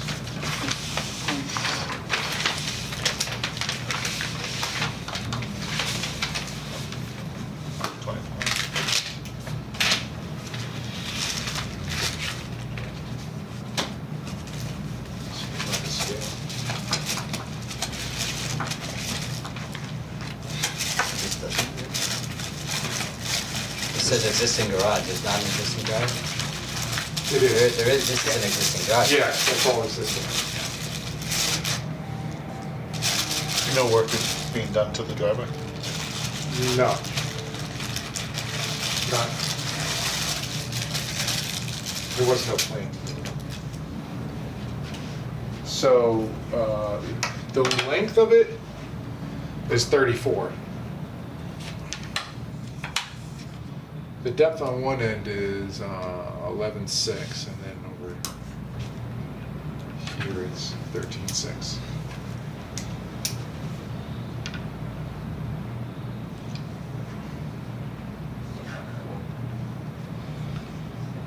Just to give you a little description of the yard, you can see the contours are leading this down, so it's a steep drop to the stream, but this is all lawn, and as soon as you get to the top of the hill, it's all heavily treed.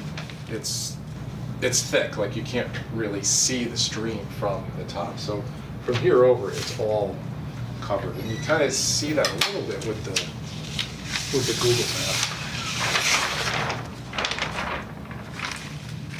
So they're here, of course the words are on the top of it, but you can see all the vegetation here with the stream being someplace in there. So it's kind of typical with each of these properties where they have the lawn, and then at the top of the hill starts the trees. Now, you have the patio now, I mean, if you put this in, are you anticipating wanting some kind of access back here? 'Cause you don't show anything as far as like a deck or No, patio or anything. we did show a porch over there, but we knew, that there's a possibility it wouldn't be approved, and that would certainly be the first thing that would go, and it's not on this map, so we got rid of that. That was Porch. this? Yes.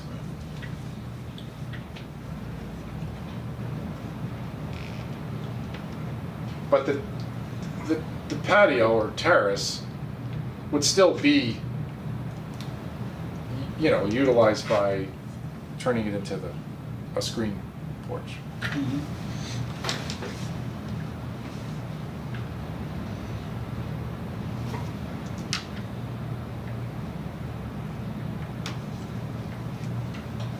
Oh, here's the septic system here.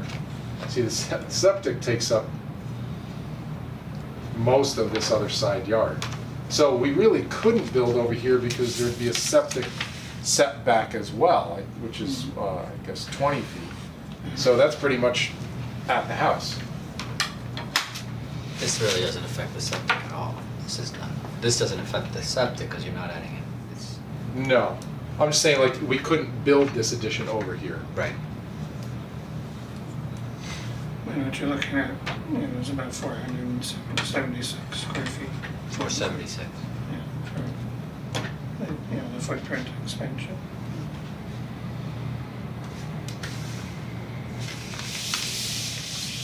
I mean, obviously, you're majority of your entire house is in the regulated buffer. Yeah, which we would have known before we bought it. Yeah. Here, there.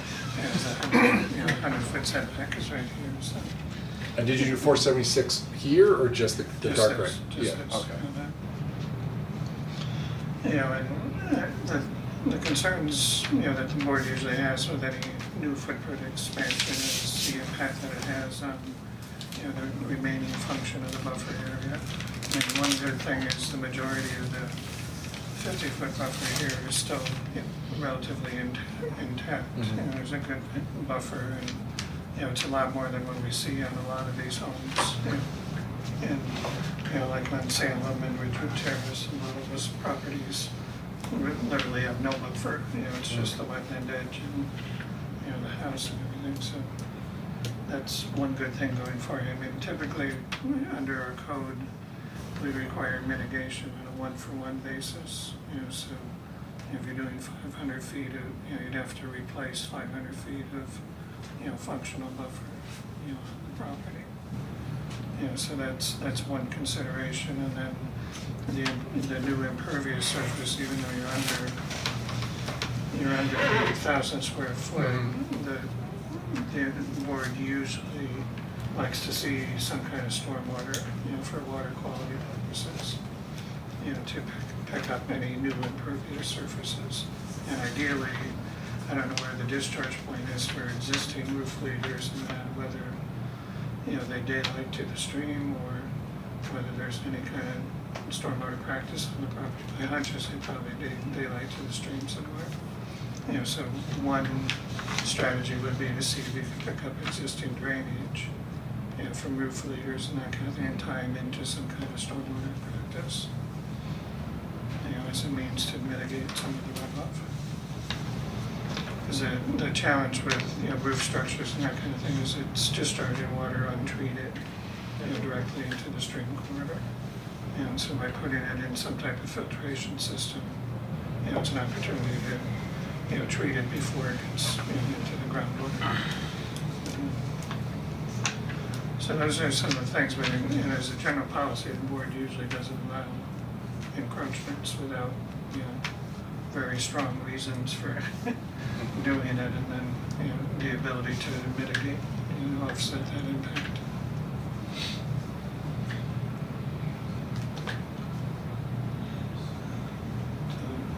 So, throw it out to you guys. What's your thoughts? Those are pretty much the requirements now. It's how best do you think you can fit it into what you're trying to do? Yeah, so I mean, one of the strategies would be to look at your buffer area here. The slope, I don't know what kind of condition it's in, whether there's a lot of invasive species in there, or whether it's primarily native plants.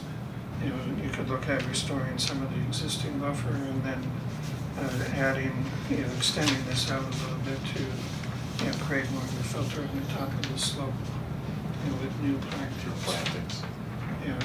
It's referred to as a wetland buffer mitigation plan, but it would be designed to create kind of a filter strip so that lawn grasses don't filter very well any kind of storm events.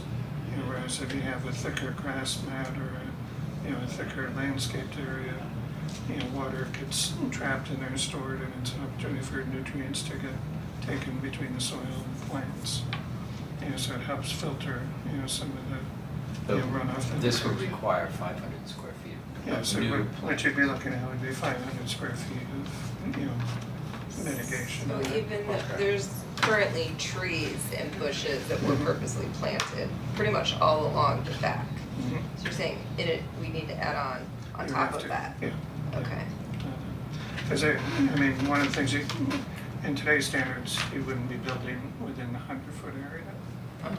Right. So that's why the board looks at trying to, work with you, but Right. see if we can meet those standards too. Okay. And would it matter where on the property you're saying? We like to see a functional connection so that it's Okay. connected to existing buffer area. Gotcha, okay. That was more beneficial. Because I know we have a lot of room like close over here Mhm. for existing plants to easily go in. There's a lot more space over there than there is. Yeah, I mean, you could look at that, I mean, Okay. it could work, if Yeah, it's an that's- extension of this, buffer. I mean, it looks like the slope, is further in on this side, so you may have some opportunity. Yeah. And then I would seriously look at whether you could look at where your roof leaders go and see if you can, calculate how much, impervious cover and see if you could do a Coltech system, for infiltration. And they And can that could be be, done over here in okay, some place so they where- can be in the buffer. Yes. Okay. Yeah. Yeah, I don't think you have space to put it anywhere else, unfortunately. But Front that's yard. an acceptable thing as long as, you'd have to check the soils and make sure that they infiltrate properly, but, a shallow Caltech type system might be a way to pick up your existing roof leaders, and that would be a big credit towards your mitigation. Okay. And then I probably would say you're at your limit for the future expansion. We're planning to stay here a while. I mean, if you're looking to do decks or patios or something, you may want to seriously give it thought now. Do it now, Yeah, yeah. so you don't have to come back and do more mitigation later. So, based on what you're saying, there's some engineering involved. Right. And does the engineering come back to the board, or does it go to you? I think what we'd want to see is a mitigation plan. You need to have a landscape person, familiar with wetland mitigation, look at the property and come up with a plan and strategy. Okay, and that would come back to the And board? then, I'm more than happy to meet with them and work with them. Okay. But it will need to come back to the board for their final Okay. review. So based on that, does it seem reasonable that if those things can be done, that the addition is approvable at this size? As it relates to what we're reviewing. As far as what we're concerned with, yeah, but we're only concerned with the mitigation We're and only that's, concerned with the wetlands aspect of it. Right. Yeah, not anything to do with zoning or building or You anything got like it, that. yeah, exactly. Right. Yeah, it looks like you comply with zoning and, Yeah. coverage and all that. Right. I mean, subject to review of the specific plan, I mean, it's Okay. something that I think in concept could work. Okay. So sooner you can get that together, just let us Yeah. know and then we'll get you back on the agenda. Okay. All right. Do Any you other have any questions? questions? Well, for the front of the house, if we added a porch or portico, I don't know if you wanna call it a porch really, is that something that, For the front? For the front, you're still in the buffer, so if you're gonna do that, I would add it now okay, and calculate whatever that square footage change Yeah. into the mix. with Okay. this. Can I ask you guys a I second? would recommend you do it now because Yeah. if you're, I don't know if you need a variance for that, you probably do. But it's in the front yard setback. Can I ask you guys a septic question? Septic You question? guys, I don't know if you guys would know better. So, we originally had a 4-bedroom septic way back when it was built. For some reason, the person we bought it from decided to put in a 3-bedroom septic for some reason. They may not have had a choice, it might have been the health department.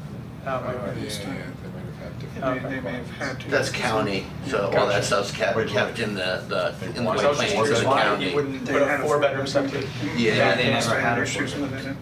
Board of Health From only- the documents that we The original. received, it said there was a 4-bedroom house with a 4-bedroom septic The original doc, back from whatever, did they? 47 or Did they 52. replace or redo the septic at any time?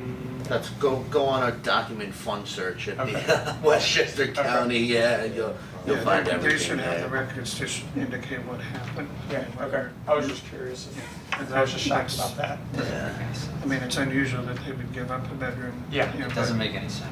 Yeah. Well, and they also eliminated a bedroom too, so we were like. One thing to eliminate a bedroom, that doesn't mean the 4-bedroom septic still doesn't exist. Exactly, that's what I was like. I think it probably still exists if it You was just there. need to check with the health department to see what they have on their You files. can request all If the it's the still whole approved, file from yeah. that. Okay. It may still be approved as a 4-bedroom, even though we changed it to 3. Yeah, Mhm. it's still there. Which would be to your advantage if Yeah. you're expanding the families. Okay.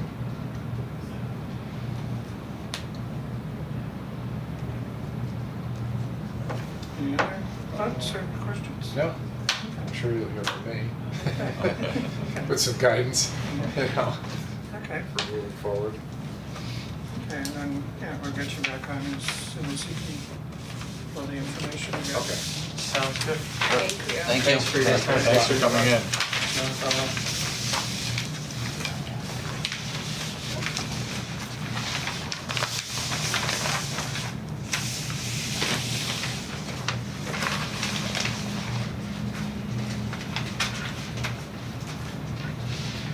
Okay, we'll see you tomorrow. Thanks, Dan. How it going? So, one more. I'll say a long agenda today. And this one is for Ted and Chris. I don't think you're probably familiar with Lamini. Lamini is Sounds on Sorrel Street. I know 402 Sorrel Street. And it's Mrs. Ex-Mrs. Ex-Mrs. Bloomberg. Bloomberg, yes. No, it's not Seema. No, not Seema No, Bloomberg. this is Michael Bloomberg's ex-wife. Oh, really? And Yes. this project, she had bought it and they renovated the entire estate property and come in front of the board here for a mitigation plan to put in a pool and a new driveway location within the buffer, and they had a mitigation plan, and, the pool was pulled out of the buffer completely, and they still needed the permit for the driveway and landscaping, which they did, and they, completed about 80% of it, and then their contractor, and she decided to clear about 7 acres of the property.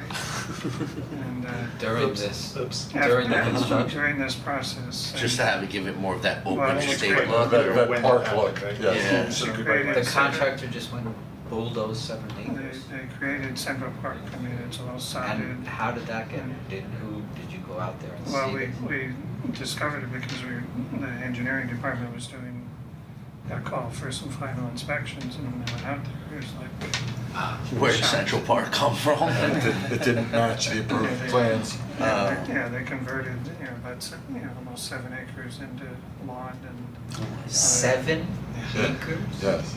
And it was all sodded, added Oh. a ton of landscaping. I mean, Lawn. it's beautiful. I mean, they did a great job, but it was all within, the regulated wetland buffer, 150-foot buffer in this case, and steep slope disturbance. So it, we served in violations, and, they've been working on, we had a site visit, a joint site visit with the planning board and the ERB, and, and we have another one tomorrow night. Was this a mistake? No, No. it was planned. They did it on purpose? You don't make mistakes. I know, well, I know, Mistake? but A who, mistake did they is the claim it wall was, will oh, we didn't know? Yeah. No, they just said, oh, They we just just did. did it, yeah. Okay, got it. Well, that was part, the original design team came in. Yeah. Right, they claimed that the work was done after they were out of it. That they had done the design according to what we had approved. Right. And then given it over to the contractor. Right. And then somewhere between the contractor and the client, things changed. Something changed. They just And then, decided, you know, and when let's we go had for the it. site visit with the original architects, they were saying, we had nothing to do with this, we knew nothing about it, last time we saw it, everything was gonna be according to the plan. So what makes it a little complicated in our codes is they needed, they serve violations for tree ordinance, wetland, steep slopes. And Trifecta. the tree ordinance is under my authority. The wetlands disturbance is under the ERB. ERB. And the steep slope disturbance, because of the threshold, is planning board. Oh, my God. And the way the codes are written, there's not one agency, so it's a 3-pronged approach between myself and the ERB and planning board. So, to streamline it, that's why, we recommended to do a joint site visit with the planning board, and then tomorrow night is a joint session with, a discussion for an hour with, an hour allotted anyway for them to present. So they're presenting the same information tomorrow Twice. night, to the planning board, but I thought it would be helpful to have them come, especially because Ted and Chris hadn't, and David wasn't able to do a site visit, so, and we lost Bill, who was at the site visit, and Ivan couldn't make it tonight, so they're Is Ivan here. gonna be there tomorrow? No. It's gonna be you, David, and Chris. And so they're here to kind of give you a good overview of it. I think they've done a really good job. I mean, we gave them a whole list of requirements, and I think they've done a really good job of addressing the questions. So, Contractors, engineers, and landscape people are having a lot of fun with this one, I'm sure. Yeah. Because they're just getting paid, right? oh, yeah. And the contractor is notorious for doing this and then, getting his hand slapped And having Go doing and it still again. getting paid by doing it. They're just barely calling. I guess it's better to ask for forgiveness than permission. One of Oh, those. yeah. Everybody's one of making those. money. I know. Budget's not an issue. I know, well, they probably. Better ask for forgiveness than permission. That's what I just That's said, what you that's just said. exactly what I just said. I agree with you. Oops. Yeah. We have to pay for it back.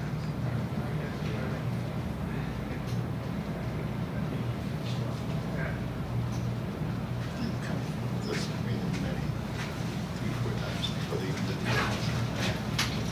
Hello? There's- yeah, You want to sit down, guys? sit right there. Gentlemen, Hello? I think it's just packets for your reading pleasure there.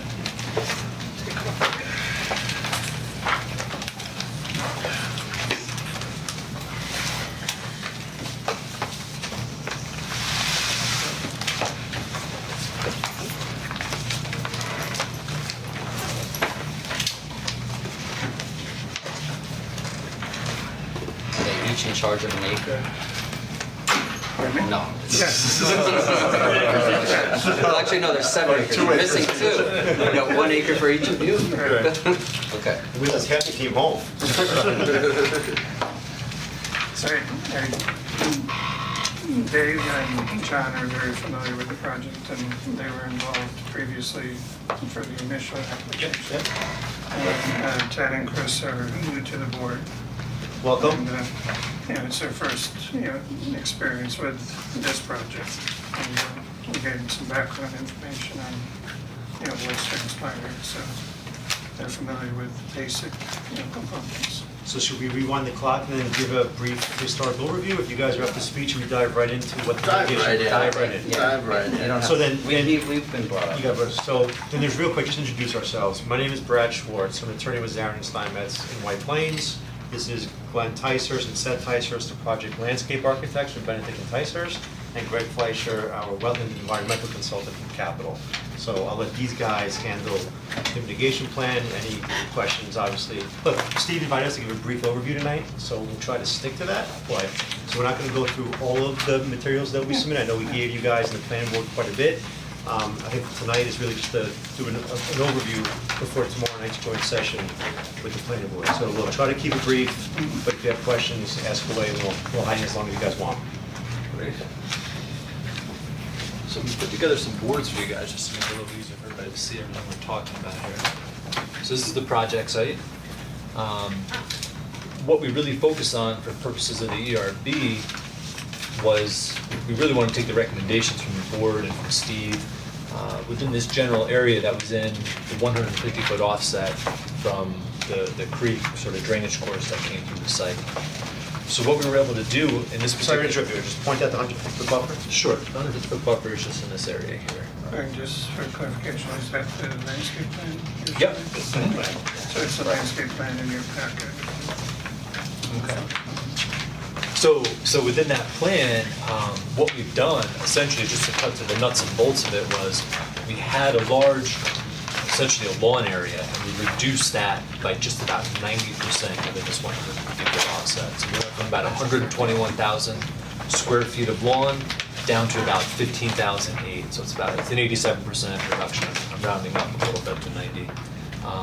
But what we were able to do was mitigate that entire offset for the most part. We have some walking paths, but it's mostly riparian plantings, about 13,000 square feet, planting beds, 38,000 square feet, meadow, 47,000 square feet. So this whole 150 offset off of this water course or drainage course, however you want to describe it, has essentially been mitigated, and that was the focus, really where we wanted to focus a lot of attention on what we did for this particular project site. Does anybody have any questions about that before I kind of move forward onto other things? So Steve, walk through, but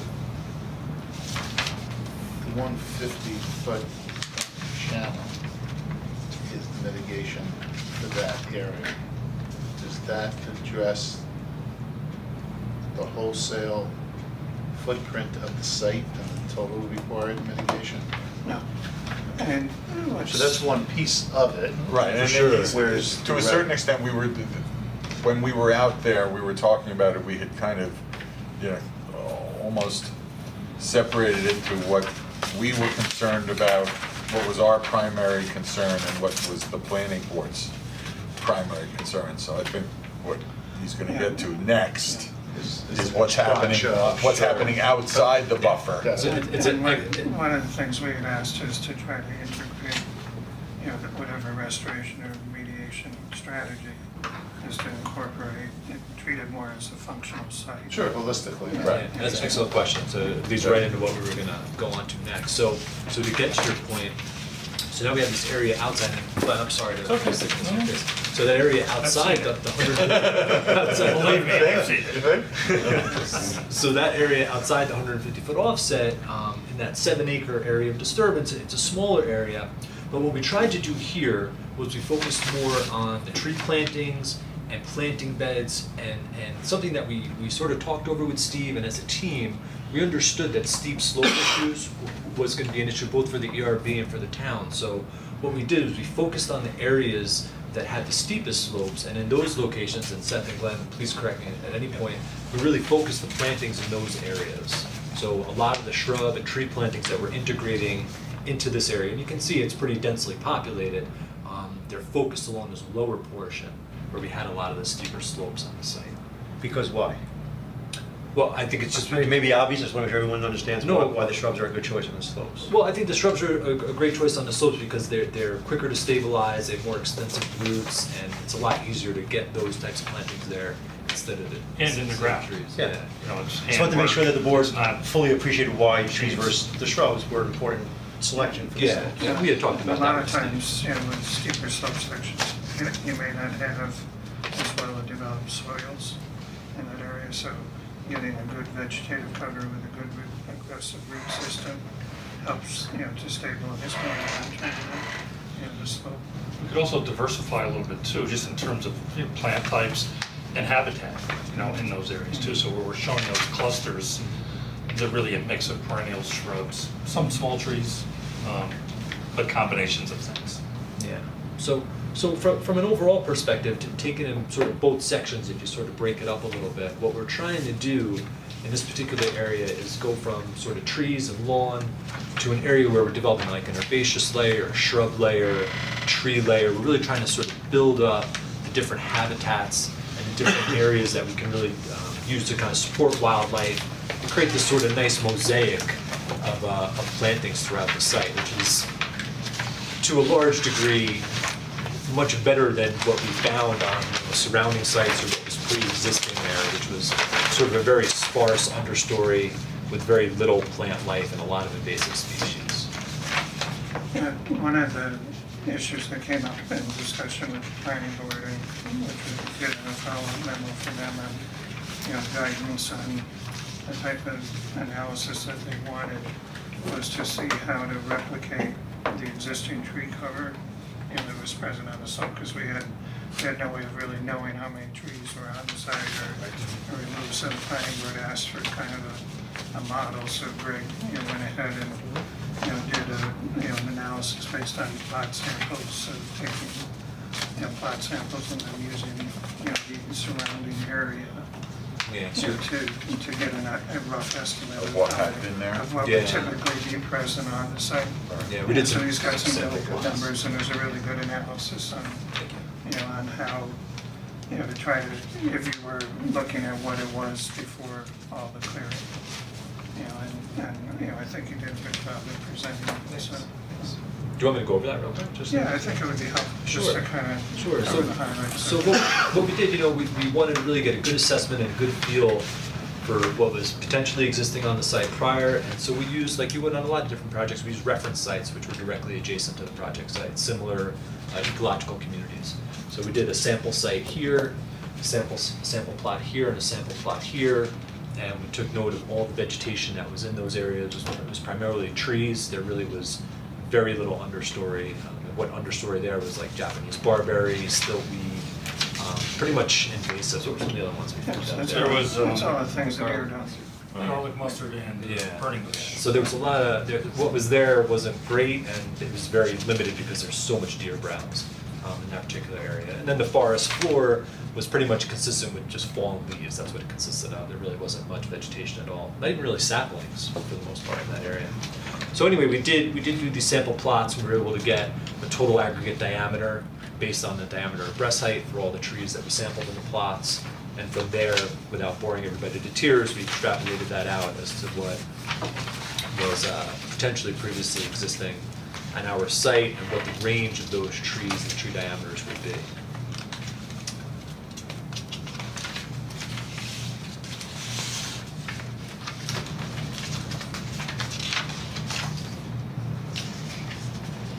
So it's any one degree. No, sure. Everything that they're covering is in this packet, so you get a chance between now and tomorrow night.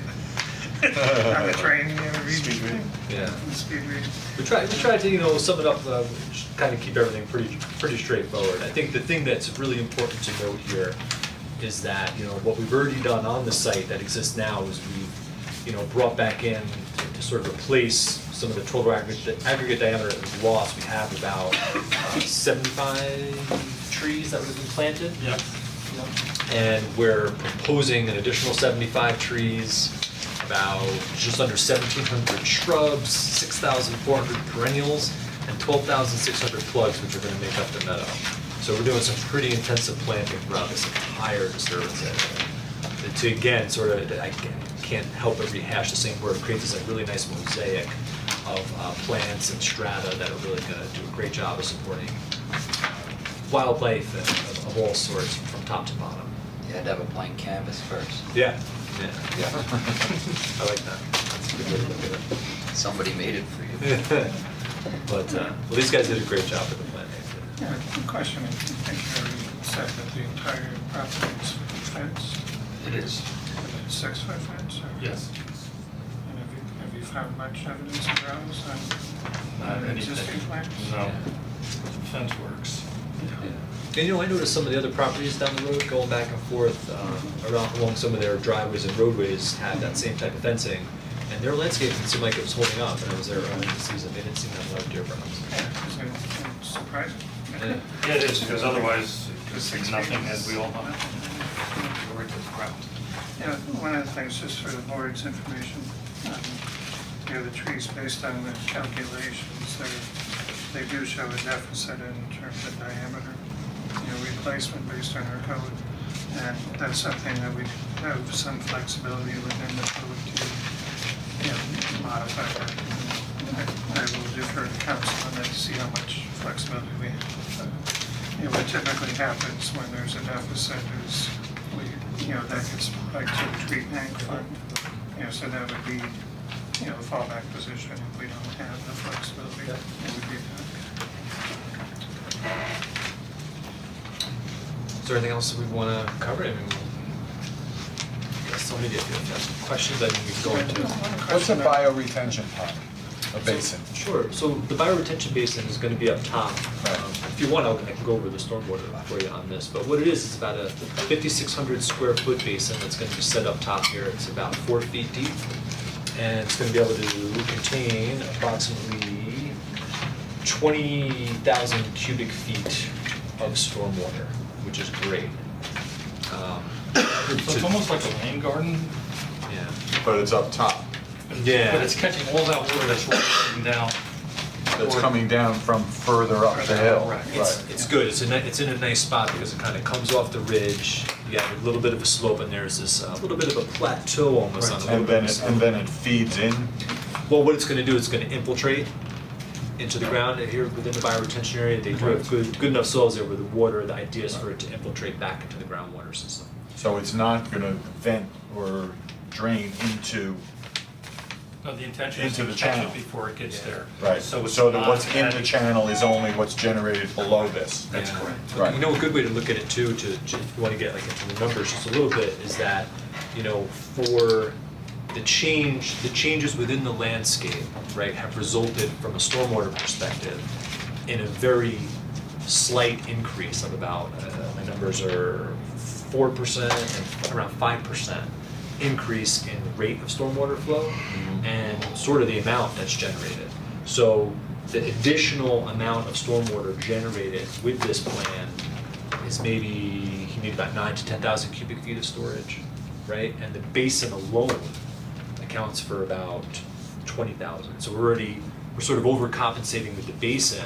And then on top of that, Barry Niederman, who did a really nice drainage plan, has put in Coltech units selectively throughout the site, and that's gonna give us another 16,000 square feet of storage. Cubic Right. feet of storage. Is anything being done to the channel coming, Yes. coming down? Because that was, when we were there for the site visit, I mean, it looked like that was, That was all Harvard. it was a construction project. Yeah. Right, I So mean, it was all, So, it was all stone and, you know, Yeah, that was one of the recommendations, why don't you go? sure, no, of course. So that was sort of something as a team, like we mandated that we knew we had to address that, and it's something that we took very seriously. So what we've done when we designed, first off, was sort of the redesign of this drainage channel, and what we want to accomplish, right, when we finish here, is that the water that was pre-existing, the cubic feet per second, the rate at which that water came down the channel, we want that to equate to what's gonna happen post-construction here. And that's what their design has done. And I think what they've done is with the riparian plantings, sort of widening the channel in some spots. Widening the channels, taking some of that stone out so there can be some infiltration within it. Some of it we're leaving in because it does help stabilize those side slopes. But yeah, and there's check dams that have been added to that. So we can retain a little more water in those areas where we have these bump outs, and some boulders even in there to slow down the velocity of the water so there's no scouring. Removing some of the stone within for more infiltration, then planting within that channel as well. And ultimately, you know, Right. the ultimate end game is there's a wetland across Sorrel Street. You want to protect that water quality, you want to protect the way in which that water enters that wetland. So what we're doing is we're increasing the ability to treat for water quality, and we're maintaining the same pre-construction rate of flow down to that wetland, which is. and you're gonna restore a much more natural look to it. Oh my gosh, yeah, it's gonna look good. Listen, we use this as a reference to the south of the site. There was a very similar drainage course that definitely equated to what this once was. And the habitat value and the value of that system was low. And what they're presenting here greatly increases, from an ecological perspective, it's a much better system. Those sections might help too. Yep, yeah, you're doing some sections right there. You want to see some sections of that? Yeah, Sure. yeah. Thanks. I'll let you describe the sections you're definitely gonna be a lot better at that. Great craft. Thanks. So, this is my man right here. We can't make comments on these, obviously. These are finished products. Well, we spent a lot of time and energy on coming up with some cross sections through the site, especially through the riparian area, so through the drainage. B, C. Right. Which are A, B, Isn't there a D? and C here. Oh, you went through the Through the buffer, right. And so what you'll see, they're taking at different portions up in the upland areas, but they go into detail to show the variation in plant types. So there are things happening within the channel. There are also transition areas within these, what we're calling riparian buffers. Yep.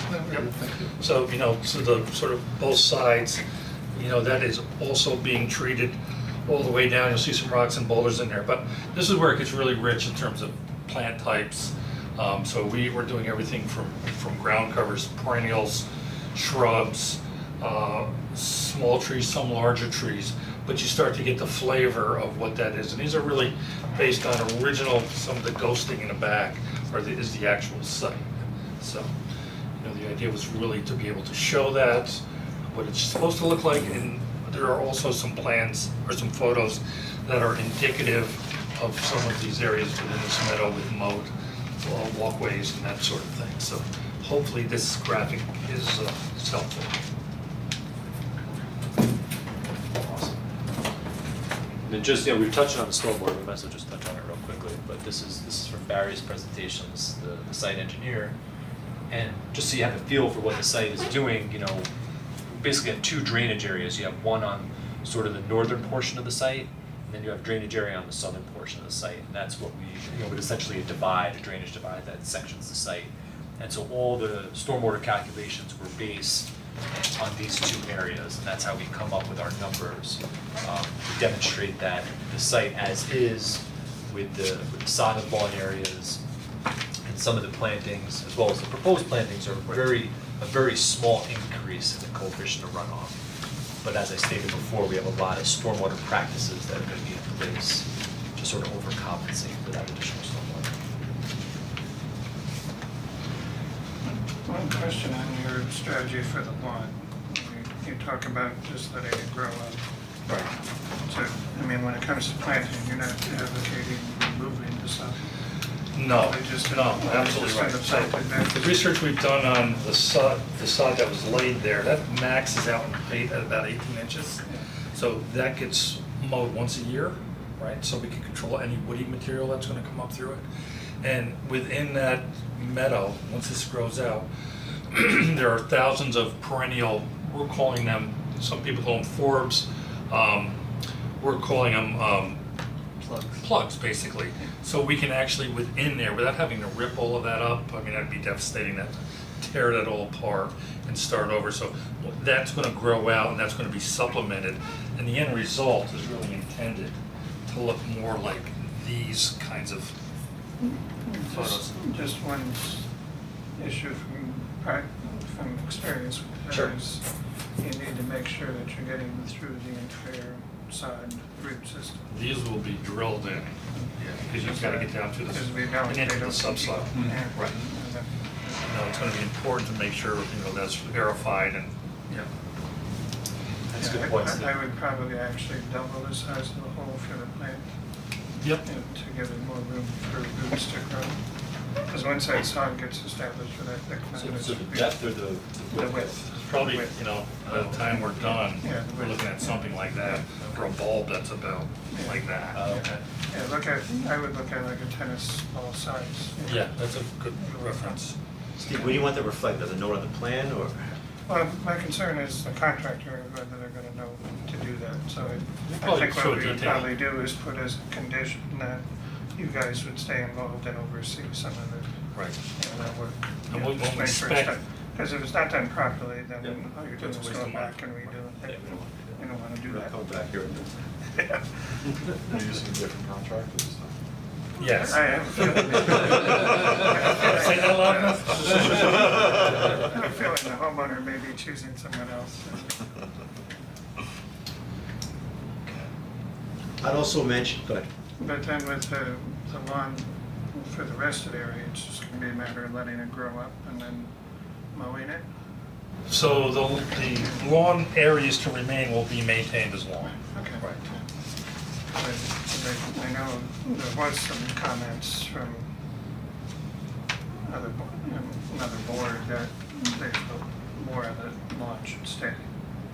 So that's just an Well, yeah, interesting. the idea was, Because they felt it was, almost too much. Right. But- So we've reduced it pretty significantly.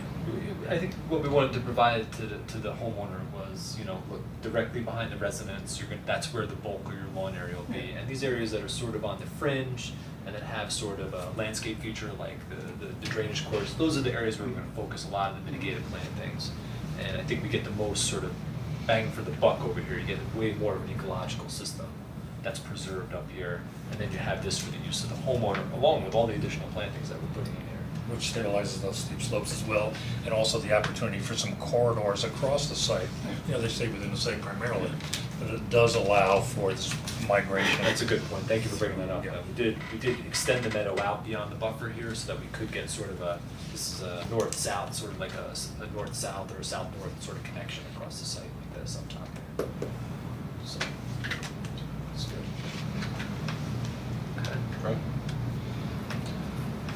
I'll quickly mention, just in Sarl Street, so some off-site, it's not really mitigation, there's some off-site improvements that were requested by Bob Cioli and Jerry Marshall.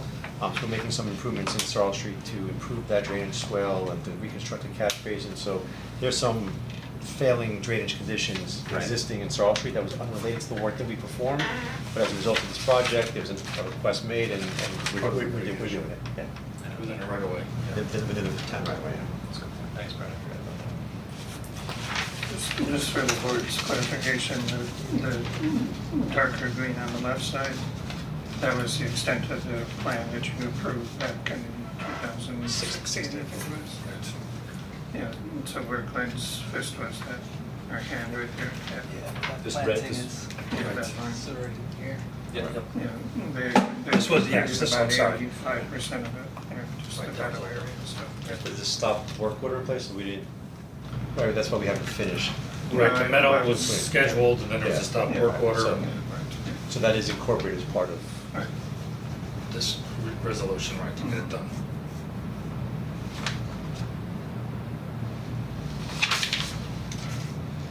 Right. Any other questions or thoughts? Think of any, got tomorrow, a lot of fun. David's absorbing it all. It's a very impressive plan. Yeah, I don't know what else we're Work's gonna have. going into it, I'm sure it'll be gorgeous. It better, the whole purpose of why you're here doing this again is what, you know. Right. Yeah, that's the unfortunate thing, you have to be. Yeah, I mean, we're not here because we want to be here. You know, it's an occurred, did, we want to make it right. Yeah, I think it's better than I expected. Thanks, appreciate that. So I assume whatever Great job. permit will be issued this time between all the entities, they'll be very stringent supervisory and sign-offs by the RAs or landscape architects. There will be, and Steve, So I mean, that Steve has a look people's back. licenses are on the line. Steve's gonna be sleeping in the house. That Steve, they're giving Steve a room in the house for this. He's just gonna stay there. Well, it's just that, monitoring. It's gonna have a maintenance agreement, it's gonna have an inspection schedule for the next, how many years, Steve? One of the things. There's a there must be a What gas the station. planning board, it's a, the planning board has been doing, and, you know, our board hasn't done it because we deal with smaller projects, but they've been requiring 10-year monitoring and maintenance plans, and because of the scope of this, you know, with just the wetland aspect, I think we would probably recommend that. Was that codified as part of the recent? No, in the tree ordinance is still 5, there's So flexibility. 10 has given. become the practice? It's become the practice with planning board applications, and then with the tree ordinance, there's flexibility in the code to, we can make it more than 5 years. is all of this area And there would irrigated? be a maintenance bond, The lawn is irrigated. which is usually 35% of the cost of plant material and labor to install. Irrigation is necessary for the maintain lawn portions of it. Right. And once this other stuff goes, there's really not much of a reason to do that. Once we have this established, So just the year 2 growing, it's just hoses and sprinklers to, otherwise, it'll fail, unfortunately. Yeah, I mean, we'd retain probably Greg or Glenn as part of the 10-year program. You They would do didn't an go out annual- with them? They would do an annual report, and then if there's discrepancies or issues, I would need them out there. Right. You know, a specific protocol on, you know, like It's a standard percentage. plan that we've been using. It's standard, it's 85%, Yeah, yeah, yeah. you know, rate, you know, only a certain percentage of invasive, that kind of thing. Yeah, it's a pretty detailed. Yeah, with the board, right, with photographs? Yeah, I mean, you'd have photo stations and, you know, do, Sure. uh, So I guess to your point, both during and post-construction, there will be close eyes on Right, on the site. and then when the monitoring kicks in, we probably would require as a condition of the permit that, you know, the client, you know, shows that they've retained, you know, the firms, you know, for the 10-year period. We don't wanna leave that to chance and have some contractor become the monitor. No, don't want that. Understood. Yeah. Fair, that's again, fair request. Just one question which may come up is on the bottom of the channel, you know, down in, you know, where, you know, there's been some runoff and, you know, it's spread out, and you're getting a little bit of invasives. Did you look at that area to see whether Yeah, we talked about cleaning that whole thing. And removing the invasives, or? Yeah, I would Okay. definitely, I think that was part of actually this approval for the first Alright, piece. so that would still have to be Yeah, done. absolutely. Yeah, it doesn't make sense to get So it. there's privet in there too, I mean, there's a Yeah. bunch of crazy Yeah, stuff. because I had thought because of the amount of disturbance there and the amount of sediment buildup for, decades, that it may make sense to actually carve it out and, replant it and have it function as a rain garden. It's possible, we'll have to look I at mean, you that. don't need it from a stormwater perspective, I'm just thinking more from a, it's one of the few areas where you got invasives coming into the property. You did. So it might be a good idea to try to, set it back a little bit. Okay.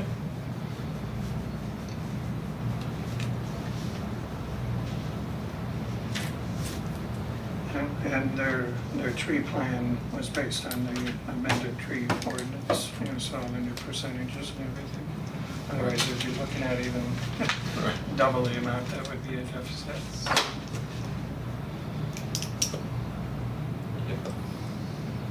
All right. Yeah, I think it's terrific. Thank you, Steve. Thank you. Thanks. Great.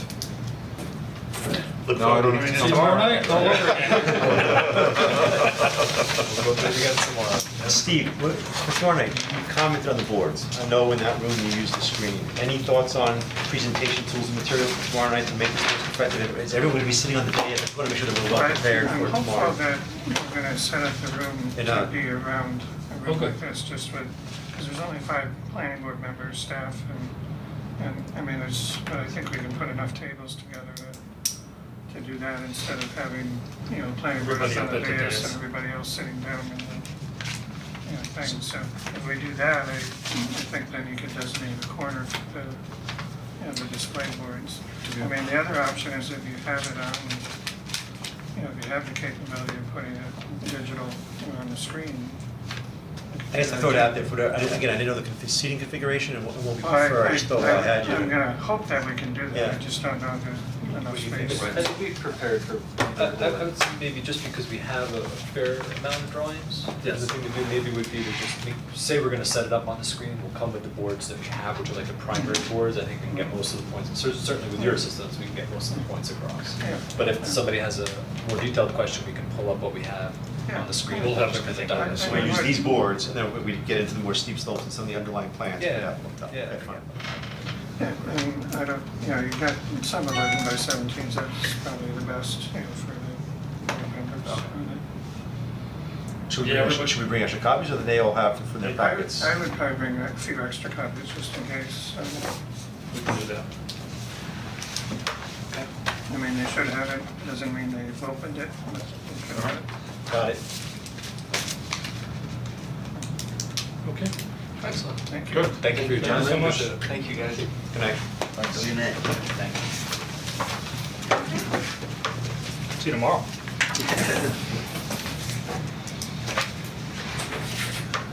Okay. Do you have anything else? So we have to do the agenda. Anybody want to make a motion to adjourn? Motion made. Second. All in favor? Aye. Aye.